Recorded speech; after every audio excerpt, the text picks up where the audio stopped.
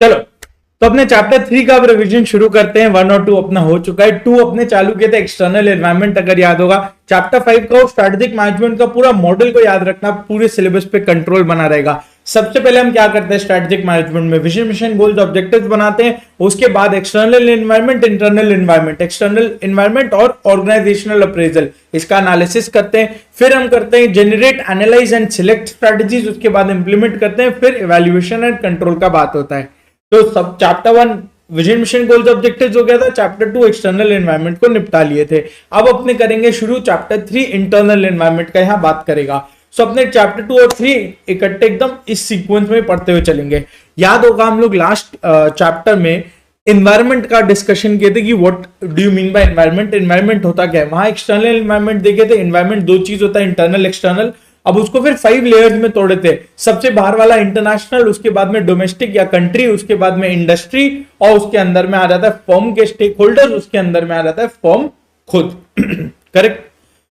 Firm खुद internal environment है, firm के स्टेक होल्डर्स माइक्रो एनवायरनमेंट हो जाते हैं, और बाकी जो 3 लेयर है इंटरनेशनल, डोमेस्टिक और इंडस्ट्री, ये 3 मिलाकर के हो जाता था अपना मैक्रो एनवायरनमेंट। तो मैक्रो एनवायरनमेंट, माइक्रो एनवायरनमेंट, ये दोनों एक्सटर्नल होता था। अब हम यहां डिस्कशन करेंगे फर्म का internal environment which is specific to the organization. देखते हुए चलना, कहां से क्वेश्चंस पॉसिबल है, तुमको सारा क्लियर करते हुए चलेंगे। तुम्हारा नया क्वेश्चंस का पीडीएफ भी रेडी है, आज हो जाएगा रेडी, मैं तुम्हारे साथ शेयर कर दूंगा। उसमें सारा RTP, MTB, past papers, everything is covered. उसके बियॉन्ड तुमको एक भी क्वेश्चन नहीं दिखेगा, और अगर बाय चांस दिख गया तो ये समझ लेना कि वो पूरे इंडिया के लिए नया है, तुम अकेले नहीं हो। ठीक है, आ जाओ।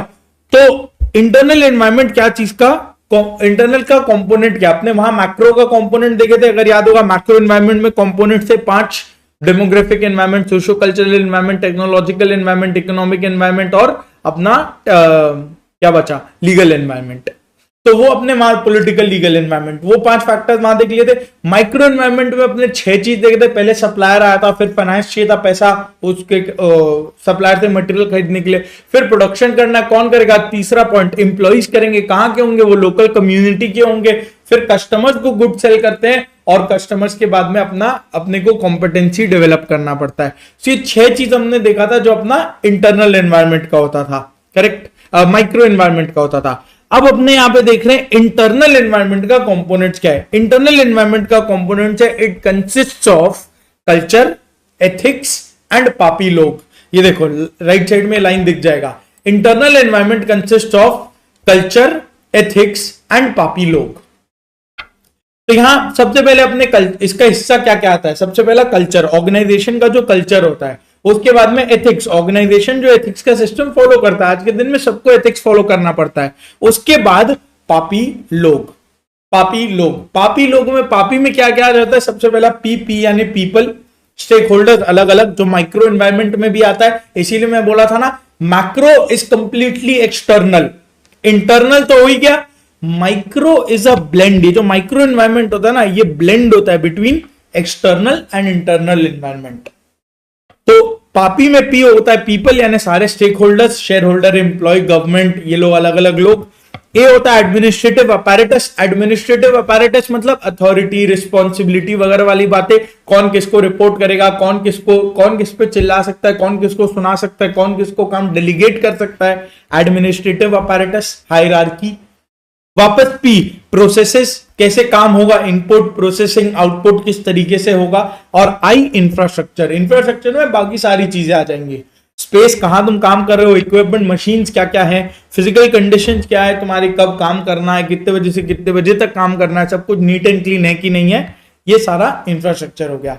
सो एक बार मेरे साथ साथ रिपीट करो अगेन, ये सबसे कोई क्वेश्चन नहीं बनता, जस्ट इन केस कहीं एमसीक्यू में आ जाए, एक बार पढ़ लेने का। इंटरनल एनवायरनमेंट का कंपोनेंट क्या होता है, consist of culture, ethics and पापी लोग। कल्चर अपने बहुत डिटेल में चैप्टर 5 में पढ़ेंगे, इसके चैप्टर 5 में बेसिकली वो इंटेंजिबल वर्क एनवायरनमेंट वगैरह का बात करेगा, कल्चर का बात करेगा। एथिक्स मतलब उसका वैल्यू सिस्टम क्या है, वो क्या एथिक्स को फॉलो करता है। जैसे अपना टाटा ग्रुप का अपने कल्चर का एथिक्स का मैं आपको क्लास में बहुत अच्छे से एग्जांपल दे रखा हूँ, रिलायंस के एथिक्स का एग्जांपल दे रखा हूँ। ये सब अलग अलग एथिक्स सिस्टम फॉलो करते हैं, वो उसके आइडेंटिटी का एक हिस्सा बन जाता है, गुडविल क्रिएट करता है। और पापी लोग, people, administrative apparatus, processes and infrastructure. मेरे साथ साथ रिपीट करते हुए चलना, जब मैं सेकंड टाइम बोलता हूं it is for you to repeat along with मी।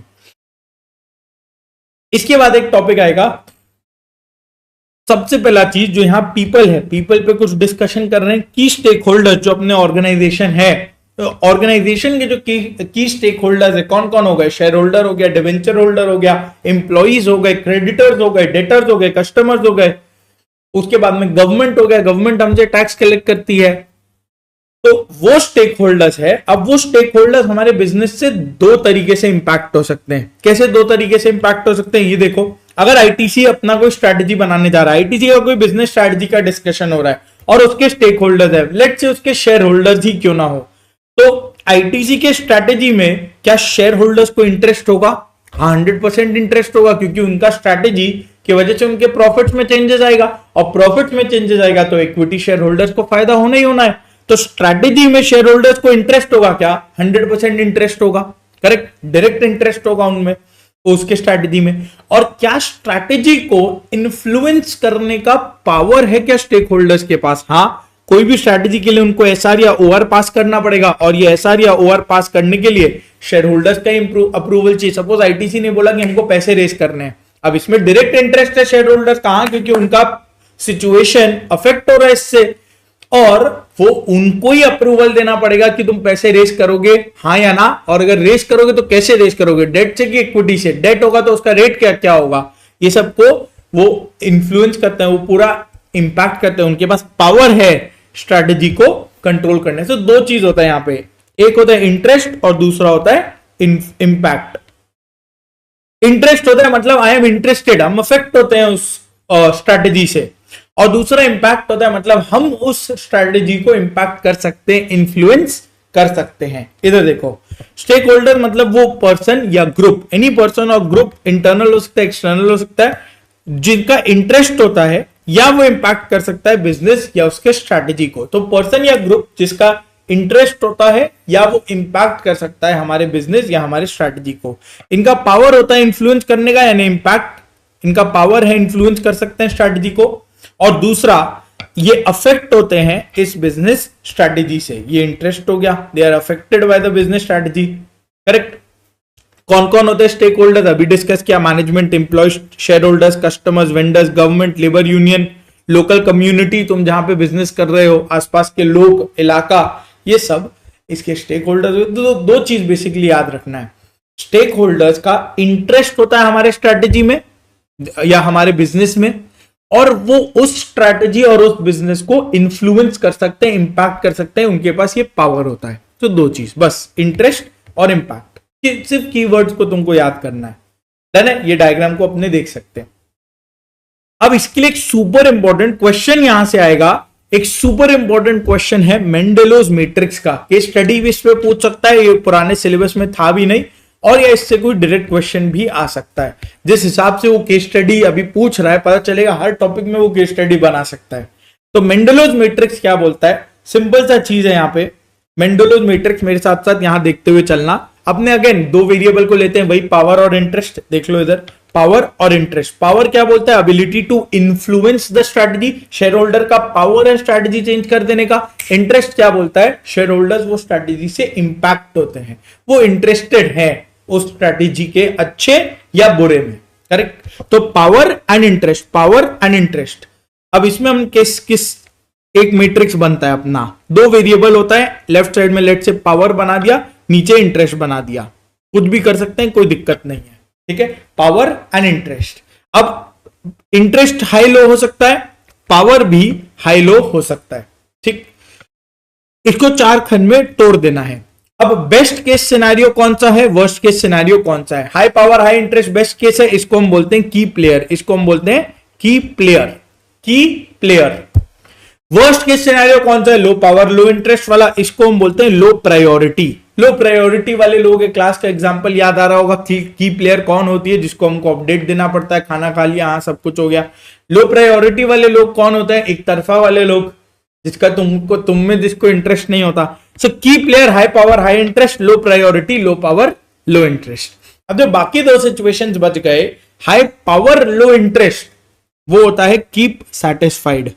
इनको तुमको खुश करके चलना है। हाई पावर लो इंटरेस्ट है, पावर है हमको इन्फ्लुएंस करने का, इसीलिए इसको खुश करते हुए चलना है, कीप सेटिस्फाइड। और वही हाई इंटरेस्ट और लो पावर वाले लोग को क्या करना है, कीप इन्फॉर्म्ड। ये पड़ोस वाली आंटी की तरह है, पंचायती पूरा है, इंटरेस्ट पूरा है इनका, लेकिन लेकिन एपी में मम्मी आ गई, चलो ठीक है। हाई इंटरेस्ट लो पावर में क्या आ जाता है, के आई मतलब कीप इन्फॉर्म्ड। कीप इन्फॉर्म्ड क्या हुआ, इनको बस तुमको अपडेट देके रखना है, बट इनका कोई तुमको इन्फ्लुएंस करने का पावर नहीं है। They hold no power over you. समझ में आया ना? तो खन बनाया एकदम, पावर और interest high low.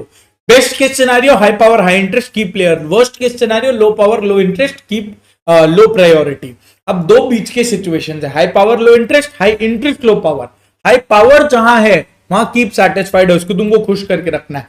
High interest जहां है वहां कीप इन्फॉर्म्ड, उसका पावर नहीं है, बस उसको बता के चलो कि चल क्या रहा है।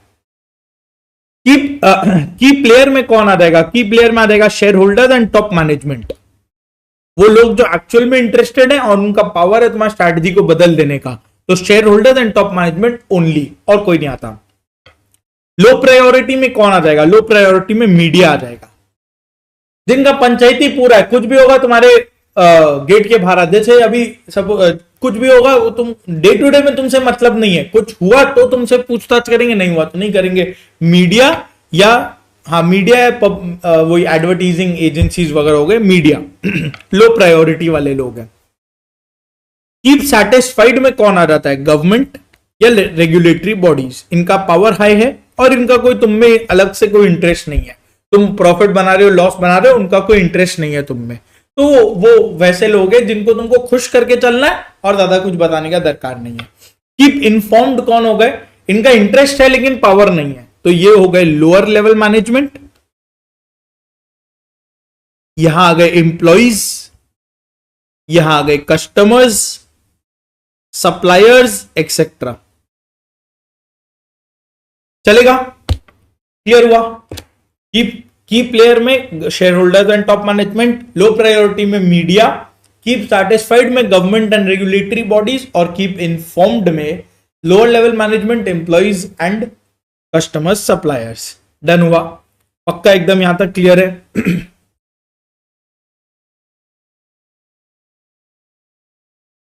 हालांकि हम लोग कस्टमर्स को कीप सेटिस्फाइड में डालना सही रहेगा, इस लॉजिक से कि वो अगर चाहे तो तुम्हारा नाम खत्म कर सकते हैं। जैसे नोकिया का नाम कब खत्म हुआ, कस्टमर्स के कारण ही तो खत्म हुआ ना। तो कस्टमर्स को कीप सेटिस्फाइड में डाला जा सकता है। इनका पावर बहुत है, सोशल मीडिया के थ्रू आजकल तुम देखो वायरल हो जाता है, अगर कोई नेगेटिविटी अगर है सोशल मीडिया पे ये लोग वायरल कर देते हैं, तो इनका पावर है तुमको इन्फ्लुएंस करने का। और इन कस्टमर्स का तुम्हारे बिजनेस में कोई अलग सा जाके इंटरेस्ट नहीं आ रहा था। डन? यहां तक क्लियर है? तो इससे क्वेश्चन क्या आएगा, क्वेश्चन तुम्हारा इसमें तीन चीज हो सकता है। एक मैट्रिक्स बनाना होगा पहले, फिर तुमको डायग्राम्स को इस तरह से नाम क्लासिफाई करना है। नाम क्लासिफाई करने के बाद तुमको एग्जांपल्स फिट कर देने की कौन कौन से सेक्शन में क्या क्या कवर होने वाला है। और जब तुम वो फिट कर दिए उसके बाद में होता क्या है वो एक एक चीज बस वो देख लो। जैसे कि की प्लेयर के अंदर में क्या हुआ, की प्लेयर। अब की प्लेयर वो इंसान है जिसको तुमको क्लोजली मैनेज करते हुए चलना है, डिसीजन मेकिंग इन्वॉल्व करो उसको डिसीजन मेकिंग में, और लास्ट में स्ट्रॉन्ग रिलेशनशिप्स बिल्ड करो उसके साथ। मैनेज करो, डिसीजन मेकिंग में इन्वॉल्व करो, रिलेशनशिप्स बिल्ड करके चलो। कीप इन्फॉर्म्ड में हाई इंटरेस्ट है ना, तो उसको डिसीजन मेकिंग में एंगेज करो, क्योंकि वो अच्छे डिसीजन देगा। इंटरेस्टेड है ना वो तुम में, मतलब तुम्हारे ऑर्गेनाइजेशन में। और फिर कंसल्ट करो उसके एरियाज ऑफ एक्सपर्टीज में। तो तुमने देखा अगर हाई इंटरेस्ट है ना, हाई इंटरेस्ट, तो उसको डिसीजन मेकिंग में इन्वॉल्व करो, क्योंकि वो इंटरेस्टेड है तुम्हारे स्ट्रैटेजीज में, तो तुमको अच्छे सजेशंस देगा, अच्छे डिसीजंस लेगा। की player manage closely, involve in decision making, relationships को मेंटेन करो। Keep inform, high power high interest को यूटिलाइज करो bye involving them in decisions, और दूसरा उनको कंसल्ट करो इनके एरियाज ऑफ एक्सपर्टीज में। इसीलिए बोलते हैं ना लोअर लेवल मैनेजमेंट को डिसीजन मेकिंग में इन्वॉल्व करना चाहिए, चैप्टर 1 में भी वो पढ़े थे। कीप सेटिस्फाइड जो लोग हैं इनको तुम डिसीजन मेकिंग में इन्वॉल्व नहीं करते, because they are not interested only. इसीलिए तुम देखो यहां पे लो इंटरेस्ट वाले लोग हैं, यहां हम डिसीजन मेकिंग में इन्वॉल्व नहीं करते इनको कभी भी, इनको कभी भी डिसीजन मेकिंग में हम इन्वॉल्व नहीं करते। क्लियर? हाँ, कीप सैटिस्फाइड यानी हाई पावर वाले लोग हैं तो उनको कंसल्ट करो बीच बीच में, हाँ कैसे हैं, सब सही है ना, ऐसे पूछताछ करते रहो और उनके इंटरेस्ट को इंक्रीज मत होने देना। उनका अटेंशन तुमको नहीं चाहिए, गवर्नमेंट का अटेंशन तुमको चाहिए क्या? लास्ट इंसान होगा जिसको चाहिए होगा। क्यों? क्योंकि भाई अगर गवर्नमेंट का अटेंशन आ गया, पता चलेगा इनकम टैक्स, जीएसटी, ईडी सब लोग आ गए, गवर्नमेंट अच्छी चीजों में तुमको याद नहीं करता। करेक्ट? तो इसीलिए इनका इंटरेस्ट अगर तुम में आ गया तो it can be a problem for you. तो इसीलिए इनका इंटरेस्ट तुमको नहीं चाहिए।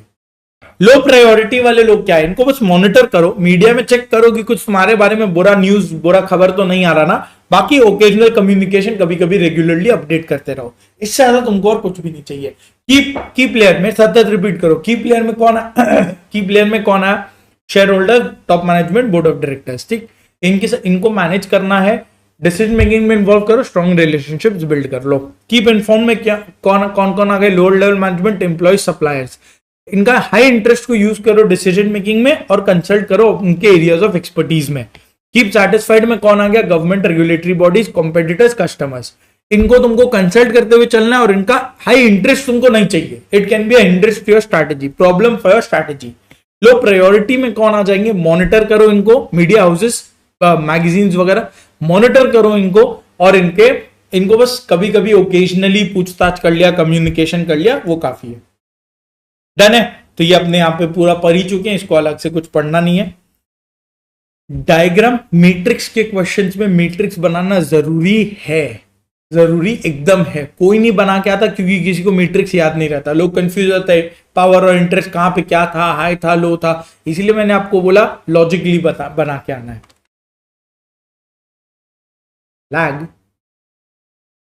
लैग तो नहीं है प्रीतम मेरे एंड से? लैग नहीं है प्रीतम, तुम्हारे एंड से होगा। एक बार प्लीज बैक जाके वापस आ जाओ। इसमें क्या हो सकता है? इसमें क्या हो सकता है? इसमें क्या हो सकता है? अब यहां जो है ना, इनका पावर जो अलग अलग है, अब ये लोग कभी भी शिफ्ट हो सकते हैं। जैसे सपोज गवर्नमेंट आज के दिन में वो कीप सेटिस्फाइड में, यानी वो तुम में इंटरेस्टेड नहीं है, लेकिन अगर तुम्हारा कुछ कांड हो, जैसे अभी जो अदानी के साथ चल रहा है, अदानी का यूएस कोर्ट में जो ट्रायल केस वेस हो गया, तब गवर्नमेंट का तो फुल फोकस उस पर आ गया ना, तो government did not keep satisfied, ऐसे ही वो शिफ्ट हो क्या रहता है कीप प्लेयर में। तो इसीलिए तुम बदल जाओगे, फिर ये यहां पे क्वाड्रेंट्स मूव हो जाएंगी। समझ में आया? क्लियर है? तो इस तरीके से चेंज होता है। अगर तुम जीएसटी का कोई फ्रॉड कर लिए तो फिर तुम्हारा इंडायरेक्ट टैक्स का डिपार्टमेंट जो आज के दिन कीप सेटिस्फाइड में है, वो मूव हो जाएगा, कीप प्लेयर पे चला जाएगा। तो इस तरह से, इसीलिए environment is highly dynamic and uncertain, तो इसीलिए people can move from one quadrant to another। बोलो मेंडेलोज मैट्रिक्स कंफर्ट है, एक सुपर इंपॉर्टेंट क्वेश्चन कंफर्ट है। तो आगे चलते हैं यहां से, फिर फटाफट से मेरे को बताओ, कंफर्म करो।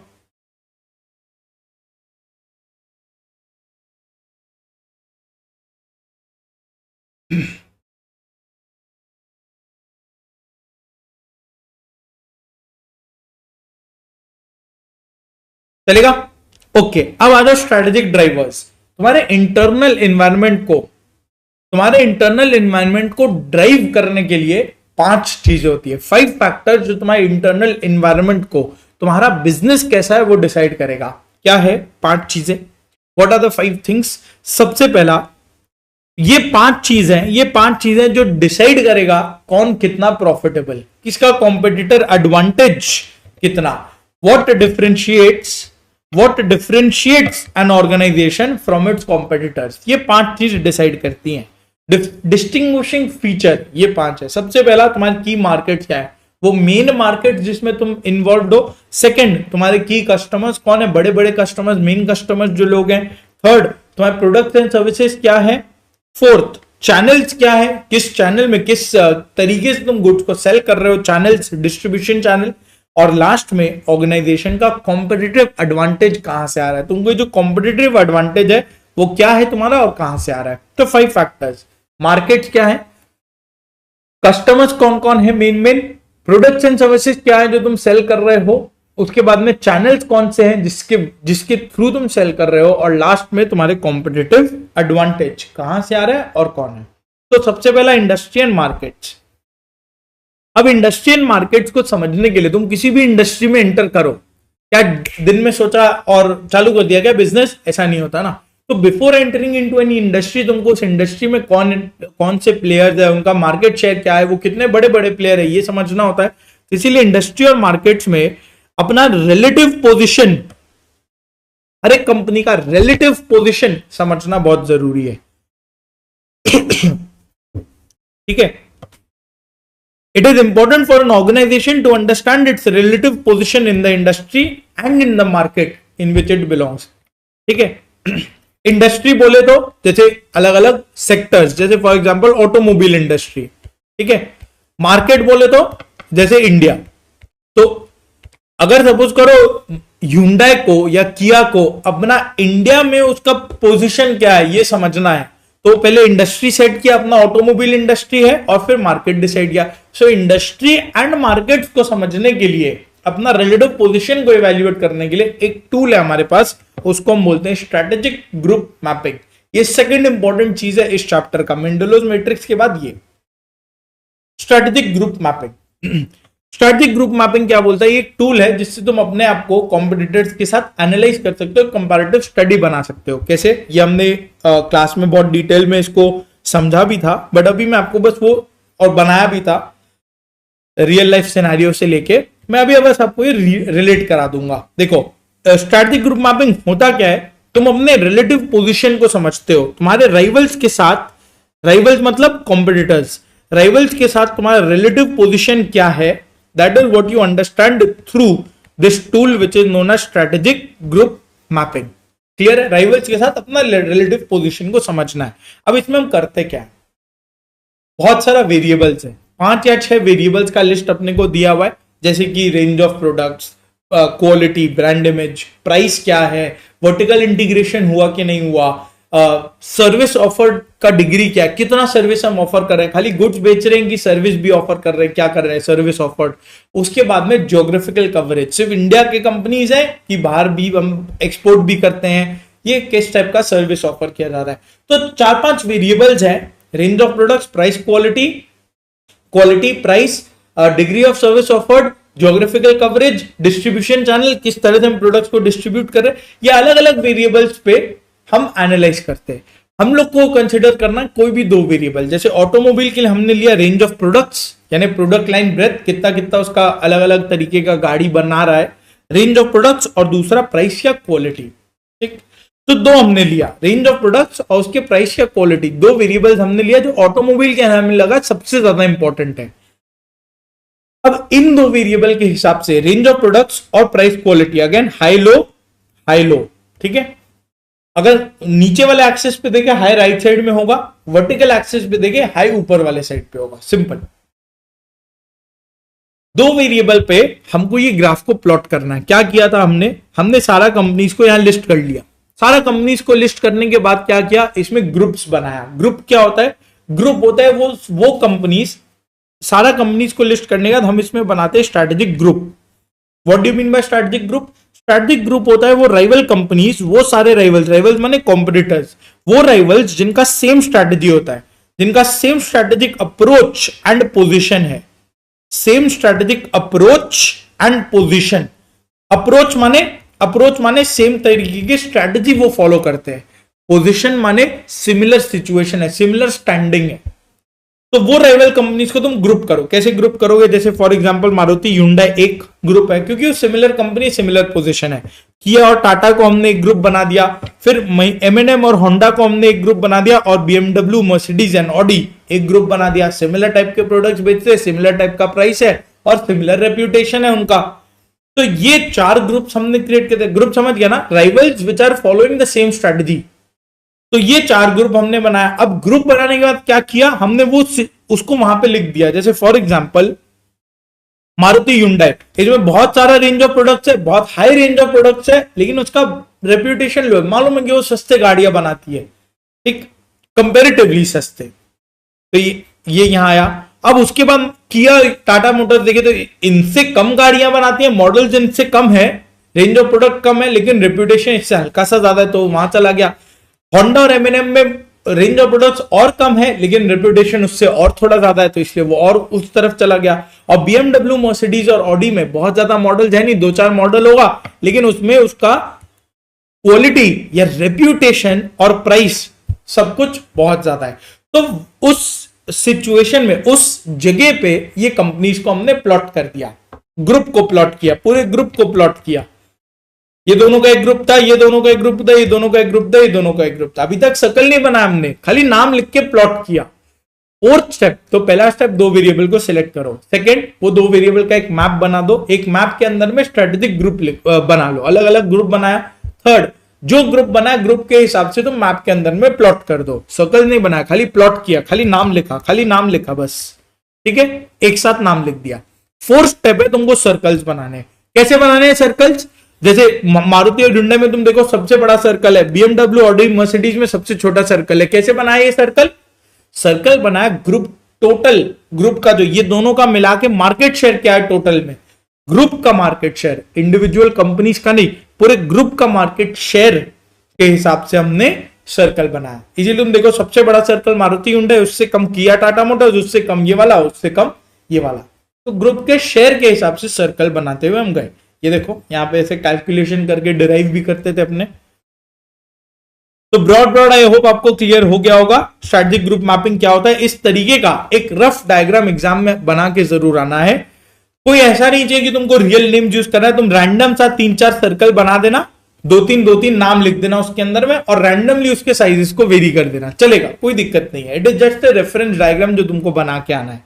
रेंज ऑफ प्रोडक्ट्स, रेप्यूटेशन लिया हमने, प्राइस या क्वालिटी लिया था, लो हाई,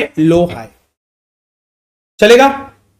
देखो तो इसका प्रोसीडियर क्या होता है, सबसे पहले इधर देखो होता क्या है स्ट्रेटेजिक ग्रुप। स्ट्रेटेजिक ग्रुप होता है, और strategic group consist of rival firms जिनका सिमिलर कॉम्पिटिटिव अप्रोचेस है। जब हम कल इसके क्वेश्चंस को सॉल्व करेंगे मैं आपको बता दूंगा कि कौन से सिनेरियो में कौन सा टूल लगना चाहिए, क्या वर्ड्स होने चाहिए जिसके आपको पता चले कि ये तो स्ट्रेटेजिक ग्रुप मैपिंग का क्वेश्चन है। वो सब हम रिटन प्रैक्टिस वाले सेशन में बहुत ब्यूटीफुली डिस्कस करेंगे, उसका टेंशन तुम मत लो।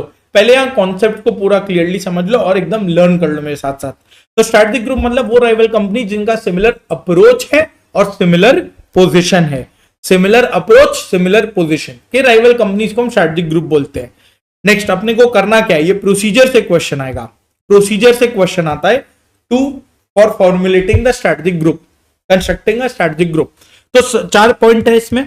सबसे पहला कॉम्पिटिटिव कैरेक्टरिस्टिक्स, यानी वेरिएबल्स को आइडेंटिफाई कर लो। कॉम्पिटिटिव कैरेक्टरिस्टिक्स, वेरिएबल्स को आइडेंटिफाई किया, क्या क्या 5 वेरिएबल मैंने आपको बताया था, यहाँ 6 दिया हुआ देख लो। प्राइस या क्वालिटी, प्रोडक्ट लाइन ब्रेथ, ये दो तो अपने लिए थे। नेक्स्ट वर्टिकल इंटीग्रेशन कितना है, ज्योग्राफिकल कवरेज, लोकल है या मल्टीनेशनल कंपनी है, डिस्ट्रीब्यूशन चैनल्स कौन से हैं, और सर्विसेज ऑफर्ड क्या है। कोई 6 वेरिएबल, 6 वेरिएबल्स का ये एक लिस्ट दिया, और भी बहुत हो सकता है, बट 6 वेरिएबल क्या है, प्रोडक्ट या क्वालिटी रेंज यानी रेप्यूटेशन, उसके बाद में range of products, product line breadth, क्या क्या प्रोडक्ट्स हम ऑफर कर रहे हैं, उसके बाद आ गया ज्योग्राफिकल कवरेज, वर्टिकल इंटीग्रेशन, क्या डिस्ट्रीब्यूशन चैनल है और कितना अपने सर्विस ऑफर कर रहे हैं, degree of service offer. 6 variable में से कोई भी 2 वेरिएबल तुम ले लो और उसके बाद प्लॉट करो फॉर्म्स को on a 2 variable map using these differentiating characteristics. इसके हिसाब से तुम प्लॉट कर दिया। अब उसके बाद असाइन करो फॉर्म्स को जो सेम स्ट्रेटेजिक स्पेस में फॉल कर रही है। जैसे मारुति हुंडई, उनको तुम सेम स्ट्रेटेजिक ग्रुप बना दो, जो सेम स्पेस है, जिनका सिमिलर स्ट्रेटेजी है, सिमिलर पोजीशन है मार्केट के अंदर में, उनको तुम सेम ग्रुप बना दो। असाइन किया फॉर्म्स को और लास्ट में सर्कल बनाया for each, around each strategic group circles बनाओ and they should be proportional to the size of groups respective share. Company का नहीं है, सर्कल्स का size will be proportional to groups respective share of the total industry sales revenue. Group का पूरा respective circle अपने को बनाना है with respect to total industry sales revenue. चलेगा, एक बार मेरे साथ साथ पॉइंट्स रिपीट कर लो फटाफट। पहला 4 पॉइंट है। पहला आइडेंटिफाई कॉम्पिटिटिव कैरेक्टरिस्टिक्स, 6 वेरिएबल्स थे, प्रोडक्ट क्वालिटी, प्राइस या quality, product line breadth, vertical integration, geographical coverage, degree of service offered, distribution channels. फिर हमको क्या करना था, प्लॉट करना था फॉर्म्स को इन 2 variable map using these characteristics. Third step में हमको क्या करना था, फॉर्म्स को असाइन करना था, जो सेम स्ट्रेटेजिक स्पेस में फॉलो करते हैं उनको सेम ग्रुप में असाइन कर देना था। फिर सर्कल्स बनाना था proportional to the size of groups respective market share in proportion to the total industry revenue.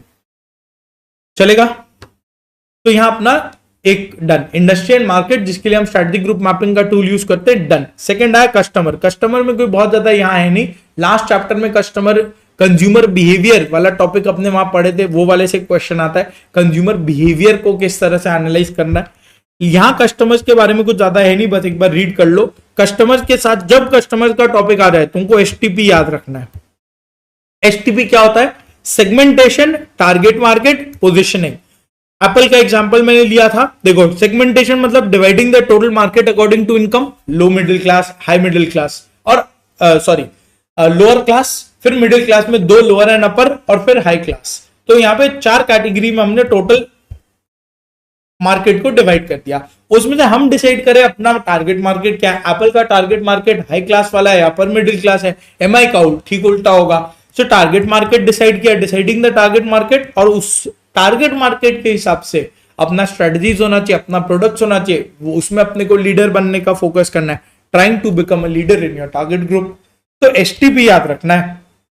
देख लो, हेडफोन्स ब्रांड में high value buyer, medium value buyer, low value buyer, according to the amount they are willing to spend. Customer और consumer तुमको मालूम है, customer कौन? जो product खरीदता है, who buys a product. Consumer कौन? जो यूटिलाइज करता है या कंज्यूम करता है, फाइनली यूजेस या कंज्यूम्स द प्रोडक्ट। दोनों इंपॉर्टेंट है कि कोई एक इंपॉर्टेंट है? दोनों इंपॉर्टेंट है। Customer is important from pricing perspective. इसका एग्जांपल क्या है? कस्टमर यानी पापा, कंज्यूमर माने पापा की परी। तो कस्टमर कौन? कस्टमर वो जो कस्टमर इंपॉर्टेंट कैसा है? Pricing perspective. अगर प्रोडक्ट का प्राइस सेट करना है, तुमसे पूछेगी, पापा से पूछे, पापा से पूछेंगे ना, वो ज्यादा बेटर फीडबैक दे पाएंगे, because he is the one जो बाय कर रहा है। तुम डिसीजन नहीं ले रहे। हाँ, तुम आंसू टपकाना है, तुमको सब काम हो जाएगा, वो अलग बात है। प्राइसिंग पर्सपेक्टिव कस्टमर इंपॉर्टेंट है। सेटिस्फैक्शन पर्सपेक्टिव, यूटिलिटी पर्सपेक्टिव, कि इससे वैल्यू आ रहा है कि नहीं, यूज हो पा रहा है कि नहीं, प्रोडक्ट यूजफुल तो है ना, यूजेबिलिटी और वैल्यू क्रिएशन के पर्सपेक्टिव से कंज्यूमर इंपॉर्टेंट है, बिकॉज वो यूज कर रहा है प्रोडक्ट को। जो खरीद रहा है उससे प्राइस के बारे में बात करो, जो यूज कर रहा है उससे वैल्यू क्रिएशन या यूजेबिलिटी के बारे में बात करो। समझ में आया? सेकेंड वाला कंज्यूमर भी डन, इसमें ज्यादा कुछ था नहीं। प्रोडक्ट्स एंड सर्विसेज में भी आज सच बहुत ज्यादा कुछ है नहीं, इसमें बस मार्केटिंग टेक्निक्स आएगा जो एमसीक्यू के लिए इंपॉर्टेंट हो जाता है। प्रोडक्ट्स एंड सर्विसेज क्या बोला? प्रोडक्ट्स एंड सर्विसेज क्या होता है? What do you mean by products and services? ये वो कॉम्बिनेशन है गुड्स एंड सर्विसेज का जो कंपनी अपने टारगेट मार्केट को सेल करती है। ठीक है, combination of goods and services जो अपने टारगेट मार्केट को सेल किया। अब इसमें प्रोडक्ट्स एंड सर्विसेज के लिए तुम क्या कर सकते हो? या तो तुम नए प्रोडक्ट्स को ऐड करो, या तुम एग्जिस्टिंग प्रोडक्ट्स को डिसकंटिन्यू करो, या फिर तुम कोई एग्जिस्टिंग प्रोडक्ट को मैनेज कर रहे हो। तो either you add new products और यू मैनेज एग्जिस्टिंग प्रोडक्ट्स, या कोई करंट प्रोडक्ट है जिसको तुमको डिसकंटिन्यू करना है, वो तुम कर सकते हो। फेल्ड प्रोडक्ट्स को डिसकंटिन्यू किया। So manage existing product, add new product and drop failed products, ऐसा कर सकते हैं अपने। अब प्रोडक्ट का मतलब सिर्फ प्रोडक्ट नहीं होता, प्रोडक्ट में प्रोडक्ट का डिजाइन, उसका टेक्नोलॉजी, उसके फीचर्स क्या है, वारंटी वगैरह एक्सेट्रा एक्सेट्रा, उसका पैकेजिंग किस तरीके का है, ये सब कुछ कवर हो जाता है। देखो, प्रोडक्ट मतलब उसका ब्रांडिंग, पैकेजिंग, प्रोडक्ट फीचर्स, उसका प्रोडक्ट का डिजाइन क्या है, क्या टेक्नोलॉजी लगा है उसको बनाने में, ये सब कुछ कंसिडर हो जाता है। क्लियर हुआ? अब प्रोडक्ट होता है 3 टाइप्स जिसको हम क्लासिफाई करते हैं। एक क्लासिफिकेशन होता है इंडस्ट्रियल या कंज्यूमर। इससे एमसीक्यू आएगा, इससे कोई लॉन्ग क्वेश्चन नहीं आ सकता। एमसीक्यूज में भी आ सकता है तो आ सकता है, वरना कुछ नहीं आएगा। Products can be classified based on what? सबसे पहला इंडस्ट्रियल या कंज्यूमर प्रोडक्ट्स। इंडस्ट्रियल बोले तो B2B, कंज्यूमर बोले तो B2C। B2C क्या है? जो तुम डायरेक्टली खरीदते हो, जैसे कि सपोज मोबाइल फोन हो गया, गाड़ी हो गया, सब B2C है, कंज्यूमर। B2B क्या हुआ? B2B हुआ जो हम जो इंडस्ट्रियल प्रोडक्ट्स हो गया, जो कोई बिजनेस दूसरे बिजनेस से खरीदेगा। जैसे कि तुम सपोज करो, अगर हमको 2000 बुक्स खरीदना है, 5000 बुक्स खरीदना है, वो हमको खरीदना है, तुम नहीं खरीदोगे ना इतना बुक्स। ट्रक खरीदना है तो ट्रक बिजनेस वाले लोग खरीदते हैं, कंज्यूमर तुम खुद थोड़ी ट्रक घूमने के लिए खरीदोगे। तो इंडस्ट्रियल प्रोडक्ट ये हो, जैसे स्टील खरीदा, ये सब खरीदा, वो सब। गाड़ी का इंजन कौन खरीदेगा? गाड़ी की कंपनीज खरीदेंगे। तुम खरीदोगे गाड़ी which is B2C consumer product, लेकिन गाड़ी वाले कंपनीज इंजन खरीदेंगे वो गाड़ी में लगाने के लिए, वो हो गया B2B इंडस्ट्रियल प्रोडक्ट। एसेंशियल क्या लग्जरी होता है, सेकंड क्लासिफिकेशन। एसेंशियल रोटी कपड़ा मकान जो जरूरी है तुम्हारे वास्तविक जीवन के लिए, लग्जरी बाकी सब कुछ एसी गाड़ी फोन वगैरह वगैरह। लेकिन झमेला अभी तो लगता था ये एसेंशियल ही है, यही तो लोचा है।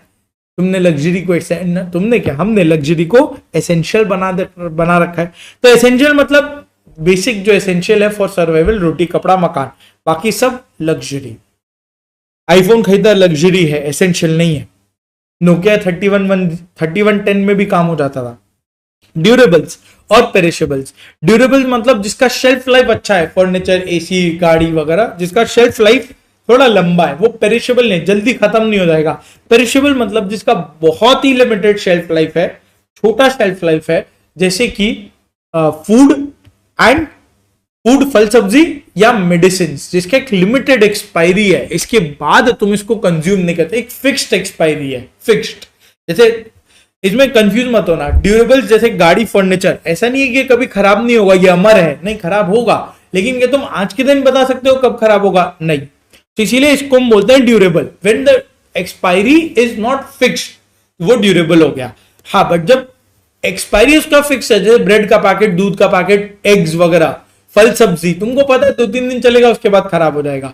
या इनफैक्ट मेडिसिन ऑल्सो तुमको पता है इसका फिक्स्ड एक्सपायरी है, 1 साल का एक्सपायरी है। सो वो सब पेरिशेबल्स हो गए, वो पेरिशेबल्स हो गए अपने केस में। ठीक है, 3 टाइप का product classification, industrial consumer products, essentials and luxury, और ड्यूरेबल्स या पेरिशेबल्स। इसके बाद जो हम डिफरेंशिएशन करते हैं, डिफरेंशिएशन रियल भी हो सकता है या इमेजिनरी भी हो सकता है। तो डिफरेंशिएशन कैन बी रियल और इमेजिनरी। अब प्रोडक्ट में तुम डिफरेंशिएट तो करोगे, उसमें फीचर्स तो ऐड करना ही अपने को, वो रियल भी हो सकता है इमेजिनरी भी हो सकता है। रियल बोले तो विजिबल होना चाहिए उसके डिजाइन में तुमको विजिबल हो, that is a real differentiation, जो विजिबल है। इमेजिनरी मतलब तुम्हारे मन में साइकोलॉजिकल है, ब्रांड की तरह। ब्रांड जैसे फॉर एग्जाम्पल साबुन शैम्पू में कोई रियल डिफरेंस थोड़ी, तुम लगाए ज्यादा झाग आया, ये शैम्पू अच्छा है, ऐसा नहीं होता ना। तो ब्रांड की तरफ जाता है। मैगी क्यों अच्छा लगता है तुमको यूपी के कंपैरिजन में? इमेजिनरी साइकोलॉजिकल डिफरेंस है कि अपने को मैगी बचपन से कहा है, एक इमोशन है भाई, यूपी कहां से आके मार्केट ले लेगा, समझ में आया? क्लियर है? तो डिफरेंशिएशन पॉसिबल है, डिफरेंशिएशन रियल हो सकता है, इमेजिनरी हो सकता है। डन हुआ। तो एक बेसिक क्या था, प्रोडक्ट में कॉम्बिनेशन ऑफ गुड्स है, उससे हमको एग्जिस्टिंग प्रोडक्ट्स मैनेज करना है, नए प्रोडक्ट्स को ऐड करना है, या फील्ड वाले को डिसकंटिन्यू करना है। ब्रांडिंग, पैकेजिंग, फीचर्स सब कुछ कवर हो जाता है। Products can be industrial essentials, industrial या कंज्यूमर, एसेंशियल्स या लग्जरी, ड्यूरेबल्स या पेरिशेबल्स। डिफरेंशिएशन का अगर बात करें तो रियल या इमेजिनरी दोनों हो सकता है। अब कोई भी नया प्रोडक्ट हो, कोई भी नया प्रोडक्ट मार्केट में आएगा तो हमको प्राइस तो सेट करना ही है। क्लास में मैंने बताया था पेनिट्रेशन या स्किमिंग, 2 टाइप का प्राइसिंग होता है, पेनिट्रेशन या स्किमिंग। पेनिट्रेशन जो जियो किया था, कम दाम में गुड्स को सेल करो, या स्किमिंग मतलब हाई प्राइस चार्ज करो गुड्स के लिए, जो आज के दिन ईवीज के साथ हालत है, हाई प्राइस है ना अभी थोड़ा सा as compare to petrol diesel. तो न्यू प्रोडक्ट को प्राइसिंग स्ट्रेटेजी तो सेट करना है, लेकिन जब वो सेट करेगा तो 3 ऑब्जेक्टिव के साथ सेट करेगा। इसके ऊपर क्वेश्चन आ सकता है, फिर भी 3 ऑब्जेक्टिव होने चाहिए उसके दिमाग में। सबसे पहला, तुम ऐसा एक कस्टमर सेंट्रिक अप्रोच के साथ प्राइस सेट करो, कस्टमर फ्रेंडली होना चाहिए, बहुत ज्यादा महंगा नहीं हो सकता, कस्टमर सेंट्रिक अप्रोच पे प्राइस सेट करो। दूसरा, बहुत कम भी मत करना कि तुम पैसा ही नहीं कमा रहे हो, रीजनेबल मार्जिन ओवर कॉस्ट तो चाहिए, ऐसा ही प्राइस हो। और थर्ड, ऐसा भी इतना महंगा भी नहीं हो कि तुम मार्केट शेयर ही गेन नहीं कर पा रहे हो, तुम्हारा मार्केट शेयर ही इंक्रीज नहीं हो रहा, तो इसीलिए इंक्रीज भी करना है तुमको मार्केट शेयर। तो 3 चीज को सोचते हुए प्राइस सेट करना, कस्टमर सेंट्रिक अप्रोच होना चाहिए, इतना कम नहीं हो कि हमको मार्जिन ना मिले, तो रीजनेबल मार्जिन ओवर कॉस्ट के साथ प्राइस सेट करेंगे, और इतना ज्यादा भी नहीं हो कि हम मार्केट शेयर ना गेन कर पाए, इंक्रीजिंग मार्केट शेयर भी होना चाहिए। ठीक, यहां पे एक टॉपिक आता है various marketing techniques for products and services to fight competition. अलग अलग मार्केटिंग टेक्निक्स का यहां बात करेंगे, ये ओनली एमसीक्यूज के लिए इंपॉर्टेंट है, only for MCQs this is important. अलग अलग मार्केटिंग टेक्निक्स क्या बोल रहे हैं यहां पे, तो इससे कोई लॉन्ग क्वेश्चन नहीं आने वाला, कोई लॉन्ग क्वेश्चन नहीं आएगा, this is only relevant for MCQs. ये चीज को तुम यहां ध्यान रखना बस। सबसे पहला इसमें क्या आएगा, डायरेक्ट मार्केटिंग। सबसे पहले इसमें हम लोग क्या करेंगे, अलग अलग कॉन्सेप्ट जो मेरे साथ सुनते हुए चलना। सबसे पहला डायरेक्ट मार्केटिंग। डायरेक्ट मार्केटिंग क्या है, कोई भी कंपनी जो अपने प्रोडक्ट को प्रमोट कर रही है, जो अपने एड्स चला रही है। तुम इंस्टा पे ऐड देखते होगे, कहीं बिल बोर्ड देखा होगा, टीवी में ऐड देखते हो, डेली न्यूज़पेपर में ऐड देखते हो, all of this is direct marketing. Email पे देखता है, एड्स आते रहता है, वो सब डायरेक्ट मार्केटिंग है। कोई भी कंपनी जो अपना प्रोडक्ट को प्रमोट कर रही है, that is direct marketing, simple, ठीक, डायरेक्ट मार्केटिंग। इसी को कंपेयर अगर करें सोशल मार्केटिंग से, what do you mean by social marketing? अब सोशल मार्केटिंग प्रमोशन है, लेकिन वहां किसी प्रोडक्ट का प्रमोशन नहीं हो रहा, वहां किसी कंपनी को फायदा नहीं मिल रहा। डायरेक्ट मार्केटिंग है, कंपनी अपने फायदे के लिए प्रमोशन कर रही है ताकि उसके सेल्स बढ़े। सोशल मार्केटिंग एक अवेयरनेस प्रमोट करने के लिए। नो स्मोकिंग, मुकेश का जो एड दिखाते हैं हर मूवी के बिगिनिंग में, तुम मुकेश से मिल के आते हो। सेफ ड्राइव सेफ लाइफ का अलग अलग जगह तुम देखते होगे एड्स लगा होता है, somebody is waiting for you at home, ये सब। तो ये सब क्या है, एक अवेयरनेस क्रिएट कर रहा है, प्रमोटिंग अ सोशल कॉज। इससे किसी को अलग से फायदा नहीं होने वाला। नो स्मोकिंग कैंपेन, ये सब सोशल अवेयरनेस के लिए सोशल मार्केटिंग। इससे किसी एक इंसान या एक ऑर्गेनाइजेशन को फायदा नहीं होगा। डायरेक्ट मार्केटिंग प्रोडक्ट्स को प्रमोट किया ताकि हमको डायरेक्ट फायदा मिलेगा।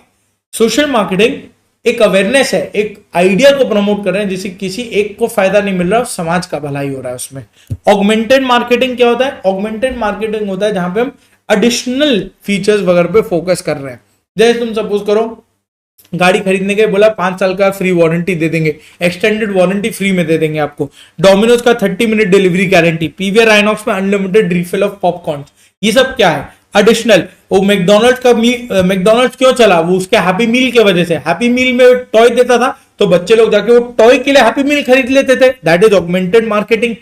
That is augmented additional customer services and benefits that a product can offer besides the core product. Main product के अलावा तुम एक्स्ट्रा क्या ऑफर कर पा रहे हो जो तुम्हारे कॉम्पिटिटर्स नहीं कर रहे, दैट इज ऑगमेंटेड मार्केटिंग।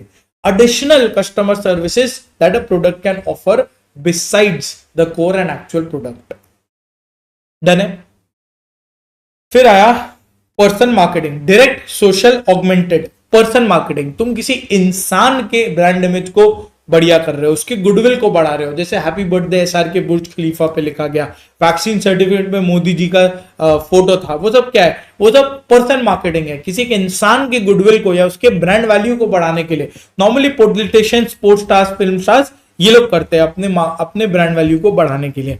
फिर आता है organization marketing. Organization marketing direct marketing से कंपेयर करना। डायरेक्ट मार्केटिंग होता है प्रोडक्ट का मार्केटिंग, प्रोडक्ट के मार्केटिंग को प्रमोट करना। ऑर्गेनाइजेशन मार्केटिंग होता है पूरे ऑर्गेनाइजेशन को मार्केट करना। जैसे एप्पल अगर आईफोन का ऐड देता है, दैट इज डायरेक्ट मार्केटिंग। लेकिन एप्पल अगर अपना ऐड देता है खाली एप्पल का, उसमें दिखा रहे डे टू डे में कैसे तुम फोन आईफोन है, लैपटॉप मैक है, आईपैड पे तुम लिख रहे हो, उसके बाद गाना भी सुनना है तो आईपॉड्स है, एयरपॉड्स है, टाइम भी देखना है तो तुम्हारा एप्पल वॉच है। सब कुछ जब तुमको अलग अलग अलग प्रोडक्ट्स दिखा दिया, किसी एक प्रोडक्ट पे फोकस नहीं है, दैट इज ऑर्गेनाइजेशन मार्केटिंग। जैसे ये गूगल करता है, गूगल अपने आप को सारे प्रोडक्ट को दिखा देगा और लास्ट में लिखाएगा गूगल, तो ऑर्गेनाइजेशन मार्केटिंग वो हुआ। क्लियर है? तो इसमें हम एटीट्यूड या गुडविल चेंज कर रहे हैं किसी एक ऑर्गेनाइजेशन की तरफ। प्लेस मार्केटिंग क्या होता है? राजस्थान, गुजरात टूरिज्म, केरला टूरिज्म, अभी मोदी जी जाके आए लक्षद्वीप का काया पलट हो गया। तो कोई भी जगह को अगर हम मार्केट कर रहे हैं उसको हम बोलते हैं प्लेस मार्केटिंग। ठीक है, टुवर्ड्स पर्टिकुलर प्लेसेस, ये टूरिज्म मार्केटिंग भी बोला जाता है। सो अभी तक हमने 6 चीज देख लिया, डायरेक्ट मार्केटिंग, फिर social marketing, augmented marketing, place, organization और पीपल। ये 6 चीज हमने देखा यहाँ पे। 7th में differential marketing. OnePlus, BBK electronics के एग्जांपल याद होगा, OnePlus, Oppo, Vivo, Realme सब बनाया। क्यों? अलग अलग टारगेट मार्केट्स के लिए बनाया। वन प्लस थोड़ा अपर क्लास के लिए, रिच क्लास के लिए, मतलब सैमसंग को टक्कर दे रहा है बेसिकली। मिडिल क्लास में ओप्पो, वीवो आ गया और एमआई को टक्कर देने के लिए रियलमी लोअर क्लास में आ गया। तो ये अपना बीबी के इलेक्ट्रॉनिक्स का एग्जांपल हो गया जो डिफरेंशियल मार्केटिंग कर रहा है। ये ऐसा मार्केटिंग स्ट्रेटजी है जिसमें हम अलग अलग टारगेट मार्केट्स को एक साथ कैप्चर करने का ट्राई करते हैं। देखो, we target several market segments और हर एक के लिए एक सेपरेट प्रोडक्ट ऑफर किया जाता है। अलग अलग टारगेट मार्केट का अपने को टारगेट करना है, अलग अलग मार्केट्स को, और हर एक मार्केट के लिए अलग प्रोडक्ट ऑफरिंग है मेरे पास। करेक्ट? वन प्लस वाला देखा था, आदित्य बिरला फैशन का भी अपने एग्जांपल लेते हैं, Peter England, Louis Philippe, Van Heusen, Allen Solly, ये सब अलग अलग ब्रांड्स बना के रखा है। उसके बाद में तुम देखो ये वाला यहां दिया एचयूएल का एग्जांपल। एचयूएल क्या करता है, वो दो अलग अलग कैटेगरी बनाता है। एक बेसिक कैटेगरी में है लाइफ बॉय, जिससे तुम नॉर्मली हाथ धोते हो, नहाते नहीं हो जनरली, और एक प्रीमियम कैटेगरी में आ जाता है, इसमें आ जाता है डव एंड पियर्स। देखो life boy, lux and Rexona है पॉपुलर सेगमेंट में, और डव एंड पियर्स है प्रीमियम सेगमेंट में। तो अलग अलग लोगों को टारगेट करने के लिए अलग अलग ब्रांड बना रखा है। सिंक्रो मार्केटिंग क्या होता है, सिंक्रो मार्केटिंग नाम से जाओ, सिंक्रोनाइज करना है कैपेसिटी। ये तब होता है जब तुम नाइट शोज महंगे हैं, वीकेंड पे शोज महंगे हैं, मॉर्निंग शोज सस्ते हैं, कौन जाएगा सुबह सुबह, कॉर्नर सीट वाले लोग जाएंगे खाली, अपने तो नहीं जा सकते ना, अपने को क्लास लेना होता है, तुमको बैठ के पढ़ना होता है, जिस दिन क्लास नहीं उस दिन तुम जा सकते हो। तो वैसे नाइट शो तुम जाएगा क्या, नहीं महंगा टिकट है, फालतू में क्यों जाएगा, फायदा नहीं है। सुबह खाली रहता है, कॉर्नर सीट भी अवेलेबल होता है, कम दाम भी वो कम कर देते हैं। क्यों दाम कम करते हैं, क्योंकि उनका तो कैपेसिटी फिक्स है, उनको क्या करना है, पीक आवर्स में से डिमांड को शिफ्ट करना है आइडल टाइम पे। तो सिंक्रो मार्केटिंग क्या होता है, वैसे ही तुम एविएशन टिकट देखो, पीक सीजन में महंगा होता है, ऑफ सीजन में सस्ता होता है। होटल प्राइसेस पीक सीजन महंगा, ऑफ सीजन सस्ता। अभी कोल्ड प्ले अहमदाबाद में होने लगा, कोल्ड प्ले का जैसे ही अहमदाबाद का न्यूज आया तो अहमदाबाद में जितने भी होटल से सबका प्राइस बहुत बढ़ गया, इतना कि 1500 रुपए का 15,000 रुपया हो गया एक दिन में सीधा। और जो 1500 में बुक किया था उसका कैंसिल हो गया सारा। क्यों, सिंक्रो मार्केटिंग। डिमांड ज्यादा है तो हम प्राइस ज्यादा करेंगे, डिमांड कम है तो प्राइस कम कर देंगे। डिमांड के हिसाब से हम प्राइस को सिंक्रोनाइज करते हैं। देखो demand for product is irregular due to season, कहीं आइडल कैपेसिटी है, कहीं ओवरवर्क कैपेसिटी है, तो इसीलिए हम ऑल्टर करते हैं pattern of demand through flexible pricing. जब ओवरवर्क कैपेसिटी है तो महंगा कर दो, आइडल कैपेसिटी है तो सस्ता कर दो। फ्लेक्सिबल प्राइसिंग हर जगह आज के दिन में फ्लेक्सिबल प्राइसिंग आने लगा है, एविएशन, होटल इंडस्ट्री, सब में फ्लेक्सिबल प्राइसिंग होता है। कॉन्सेंट्रेटेड मार्केटिंग नाम से जाओ, एक कॉन्सेंट्रेट करने वाले हो तुम एक पर्टिकुलर मार्केट में, इसको बोलते हैं नीश मार्केटिंग। रोल्स रॉयस, तुमको कोई बहुत बड़ा मार्केट नहीं चाहिए, तुमको एक छोटा सा मार्केट ही चाहिए। तुम फ्यू सब मार्केट्स में ही ऑपरेट करोगे, लेकिन उसमें तुम्हारा मार्केट शेयर तुम बहुत बड़ा बिल्ड करने का सोचोगे। तो यहां तुमको चाहिए लार्ज शेयर ऑफ फ्यू सब मार्केट्स, इसको हम बोलते हैं नीश मार्केटिंग। नीच नहीं, नीश मार्केटिंग, कॉन्सेंट्रेटेड मार्केटिंग। जैसे कि रोल्स रॉयस या वर्टू का एग्जांपल लिया था, वर्टू मतलब गोल्ड प्लेटेड मोबाइल फोन आ गया वो।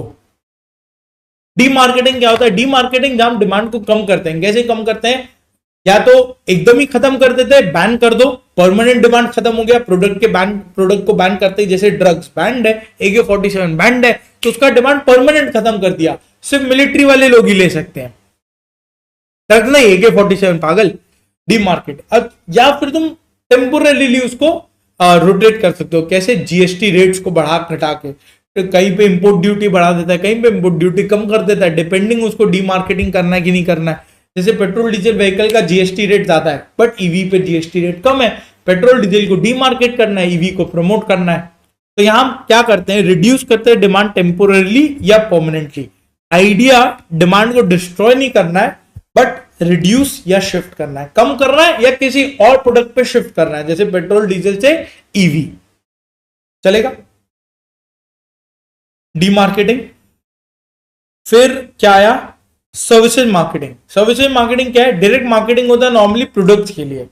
सर्विसेज मार्केटिंग होता है जहां पे तुम अपने सर्विस को मार्केट कर रहे हो, जैसे सीए, डॉक्टर, लॉयर, ये अपने सर्विस को डायरेक्टली मार्केट नहीं कर सकते, इनके पीछे रूल्स और रेगुलेशंस लगते हैं, एथिक्स लगता है, उनके हिसाब से उनको मार्केट करना पड़ेगा। तो यहाँ पे जब मार्केटिंग सर्विस पे लगाते हैं, सर्विस के कॉन्सेप्ट पर लगा देते हैं टूल्स ऑफ मार्केटिंग को, उसको हम बोलते हैं सर्विस मार्केटिंग। इसमें खास बात क्या है, खास बात ये है कि यहाँ इनसेपरेबिलिटी है। इनसेपरेबिलिटी मतलब एसएम का मैराथन मेरे से इनसेपरेबल नहीं है ना, मेरे ऊपर ही डिपेंड करेगा एसएम का मैराथन कैसा है, एसएम का अपना रिवीजन और राइटिंग प्रैक्टिस कैसा चल रहा है, तो इट इज नॉट इनसेपरेबल। वो सर्विस प्रोवाइडर से इनसेपरेबल नहीं हो सकता। वेरिएबल क्या होता है, वेरिएबल क्या होता है, वेरिएबल ये होता है, अगर मैं जैसे इनसेपरेबल मतलब अलग अलग लोग अगर एसएम का मैराथन करें वो अलग होगा, that is inseparable. It depends on the person who is providing the service. Inseparable अलग अलग लोगों का सर्विस अलग होगा, तुम अलग डॉक्टर से भी अलग कंसल्टेशन ही लोगे ना। वेरिएबिलिटी बोले तो अगर मैं अभी चैप्टर 3 हम लोग रिवाइज कर रहे हैं, अगर कल भी फिर से एक बार चैप्टर 3 रिवाइज करें तो ऑब्वियसली टाइम थोड़ा ऊपर नीचे हो सकता है, ऑब्वियसली कुछ इसमें अलग बोला जा सकता है, इट इज वेरिएबल। हर बार जब ये सर्विस ऑफर किया जाएगा जरूरी नहीं सेम ही चीज हो, कुछ इधर उधर हो सकता है एग्जाम्पल्स कुछ चेंज हो जाए जो दिमाग में उस समय क्लिक कर जाएगा। क्लियर है? तो सर्विस का खास बात क्या है, सर्विस में जब मार्केटिंग टूल्स अप्लाई करते हैं उसको बोला सर्विस मार्केटिंग। सर्विस का खास बात क्या होता है, सबसे पहला वो इंसेपरेबिलिटी, दूसरा वेरिएबिलिटी। ठीक है, इसके बाद आ जाता है रिलेशनशिप मार्केटिंग होना चाहिए। कहां गया ये रहा, रिलेशनशिप मार्केटिंग। क्या करते हैं इसमें हम अलग अलग कस्टमर्स के लिए, कुछ हाई वैल्यू कस्टमर्स के लिए एक रिलेशनशिप डिपार्टमेंट सेट कर देते हैं। जैसे बैंक्स में देखने को मिलता है, हाई वैल्यू कस्टमर्स है तो बैंक HNI कस्टमर्स जिसको बोलते हैं, उनके लिए बैंक एक रिलेशनशिप मैनेजर अपॉइंट कर देता है। बैंक नहीं जाना पड़ता, उनको फोन कर देना, काम हो जाएगा। तो उनको उनके लिए उनके कस्टमर के साथ उनको एक रिलेशन मेंटेन करना है। इसलिए तुम देखो अगर एविएशन सेक्टर, फ्लाइट्स में एयरलाइंस भी अपने बिजनेस क्लास कस्टमर्स के लिए एक अलग लाउंज प्रोवाइड करके रखती है। क्यों? कि भैया वो पैसे दे रहा है, अगर वो इतने पैसे दे रहा है तो उसको अगर हम अच्छी सर्विस देंगे तो अगली बार भी आएगा। तो इसीलिए तुम हाई वैल्यू इंडिविजुअल्स के लिए, हाई वैल्यू वाले लोगों के लिए, उनके साथ तुम रिलेशनशिप यहां बिल्ड करने जाते हो। That is relationship marketing. जैसे लॉयल्टी प्रोग्राम दिया रहता है, ये सब रिलेशनशिप मार्केटिंग ही है। और लास्ट एक आता है एनलाइटेंड मार्केटिंग। एनलाइटेंड मार्केटिंग क्या होता है, ये कोई पर्टिकुलर टूल नहीं है या कोई पर्टिकुलर कॉन्सेप्ट नहीं है। जैसे डी मार्केटिंग, कॉन्सेंट्रेटेड मार्केटिंग, ये सब कॉन्सेप्ट हो गए। एनलाइटेंड मार्केटिंग होता है एक philosophy, it is a thought process. तुम कोई भी टाइप का मार्केटिंग करो, वो तुमको ये थॉट प्रोसेस 5 चीज के हिसाब से करना होगा। क्या 5 चीज? विक्स, ये लॉन्ग रन परफॉर्मेंस डिसाइड करता है तुम्हारा। Enlightened marketing is for long run performance. वो 5 चीज, 5 फिलोसफीज है उसका। Vicks follows in enlightened marketing. Vicks company सुना है ना, गले वाला गोली। Vicks follows enlightened marketing. Vicks मतलब we value oriented, value marketing होगा। आई इनोवेटिव मार्केटिंग होगा। सी कस्टमर ओरिएंटेड होना चाहिए। S sense of mission. और एस सोसाइटल मार्केटिंग, कस्टमर के इर्द गिर्द घुमा। नोकिया यही तो गलती किया था ना, कस्टमर के इर्द गिर्द अगर तुम जा रहे हो तो तुम्हारे लॉन्ग रन परफॉर्मेंस के लिए अच्छा है। इसीलिए ये फिलोसफी है, ये कोई कॉन्सेप्ट नहीं है, इट इज अ फिलोसफी जो तुमको लॉन्ग रन परफॉर्मेंस के लिए कोई भी मार्केटिंग तुम कर लो, तुमको ये 5 चीज याद रखना है। क्या 5 चीज? विक्स, वैल्यू ओरिएंटेड होना चाहिए तुम्हारा मार्केटिंग, इनोवेटिव करो कुछ, कस्टमर ओरिएंटेड हो, सेंस ऑफ मिशन, मिशन को पूरा करते रहे, और सोसाइटी के लिए हो, सोसाइटल मार्केटिंग। 13 पॉइंट यहां पे क्लियर हो गया एमसीक्यू पॉइंट ऑफ व्यू से। सबसे पहला डायरेक्ट मार्केटिंग, फिर हम गए सोशल मार्केटिंग, उसके बाद गए ऑगमेंटेड मार्केटिंग, फिर वो 3 चीज पीपल, प्लेस और ऑर्गेनाइजेशन मार्केटिंग, ये 6 हो गया। फिर हम गए differential marketing, synchro marketing, D marketing, concentrated marketing, D marketing. उसके बाद हम गए रिलेशनशिप मार्केटिंग था क्या 11, नहीं, सर्विसेज मार्केटिंग, फिर रिलेशनशिप मार्केटिंग, और लास्ट में एनलाइटेंड मार्केटिंग। क्लियर हो गया? इससे एमसीक्यूज ही आ सकता है। चलो चौथा ड्राइवर, तो अपना 3 ड्राइवर डन हो गया। 5 ड्राइवर का टॉपिक अपने पढ़ रहे थे। पहला ड्राइवर था इंडस्ट्री की, मार्केट्स एंड इंडस्ट्री, उसके लिए स्ट्रेटेजिक ग्रुप मैपिंग। दूसरा ड्राइवर था product, sorry, key customers, customer and consumer वाला डिफरेंस बेसिक तो वो पढ़ लिया था। तीसरा था products and services which we are offering, तो प्रोडक्ट्स के बारे में और उसका अलग अलग मार्केटिंग टेक्निक्स वो पढ़ा। अब चौथा वाला चैनल यानी डिस्ट्रीब्यूशन चैनल के बारे में हम पढ़ रहे हैं। चैनल क्या होता है, ये इससे क्वेश्चन आता है 2। पहले वो तुमसे पूछेगा what is a channel, types of channel, ये सुपर इंपॉर्टेंट है। हाँ, इसको तुम सुपर इंपॉर्टेंट मार्क करो, डायरेक्ट क्वेश्चन में ये आ रहा है आजकल।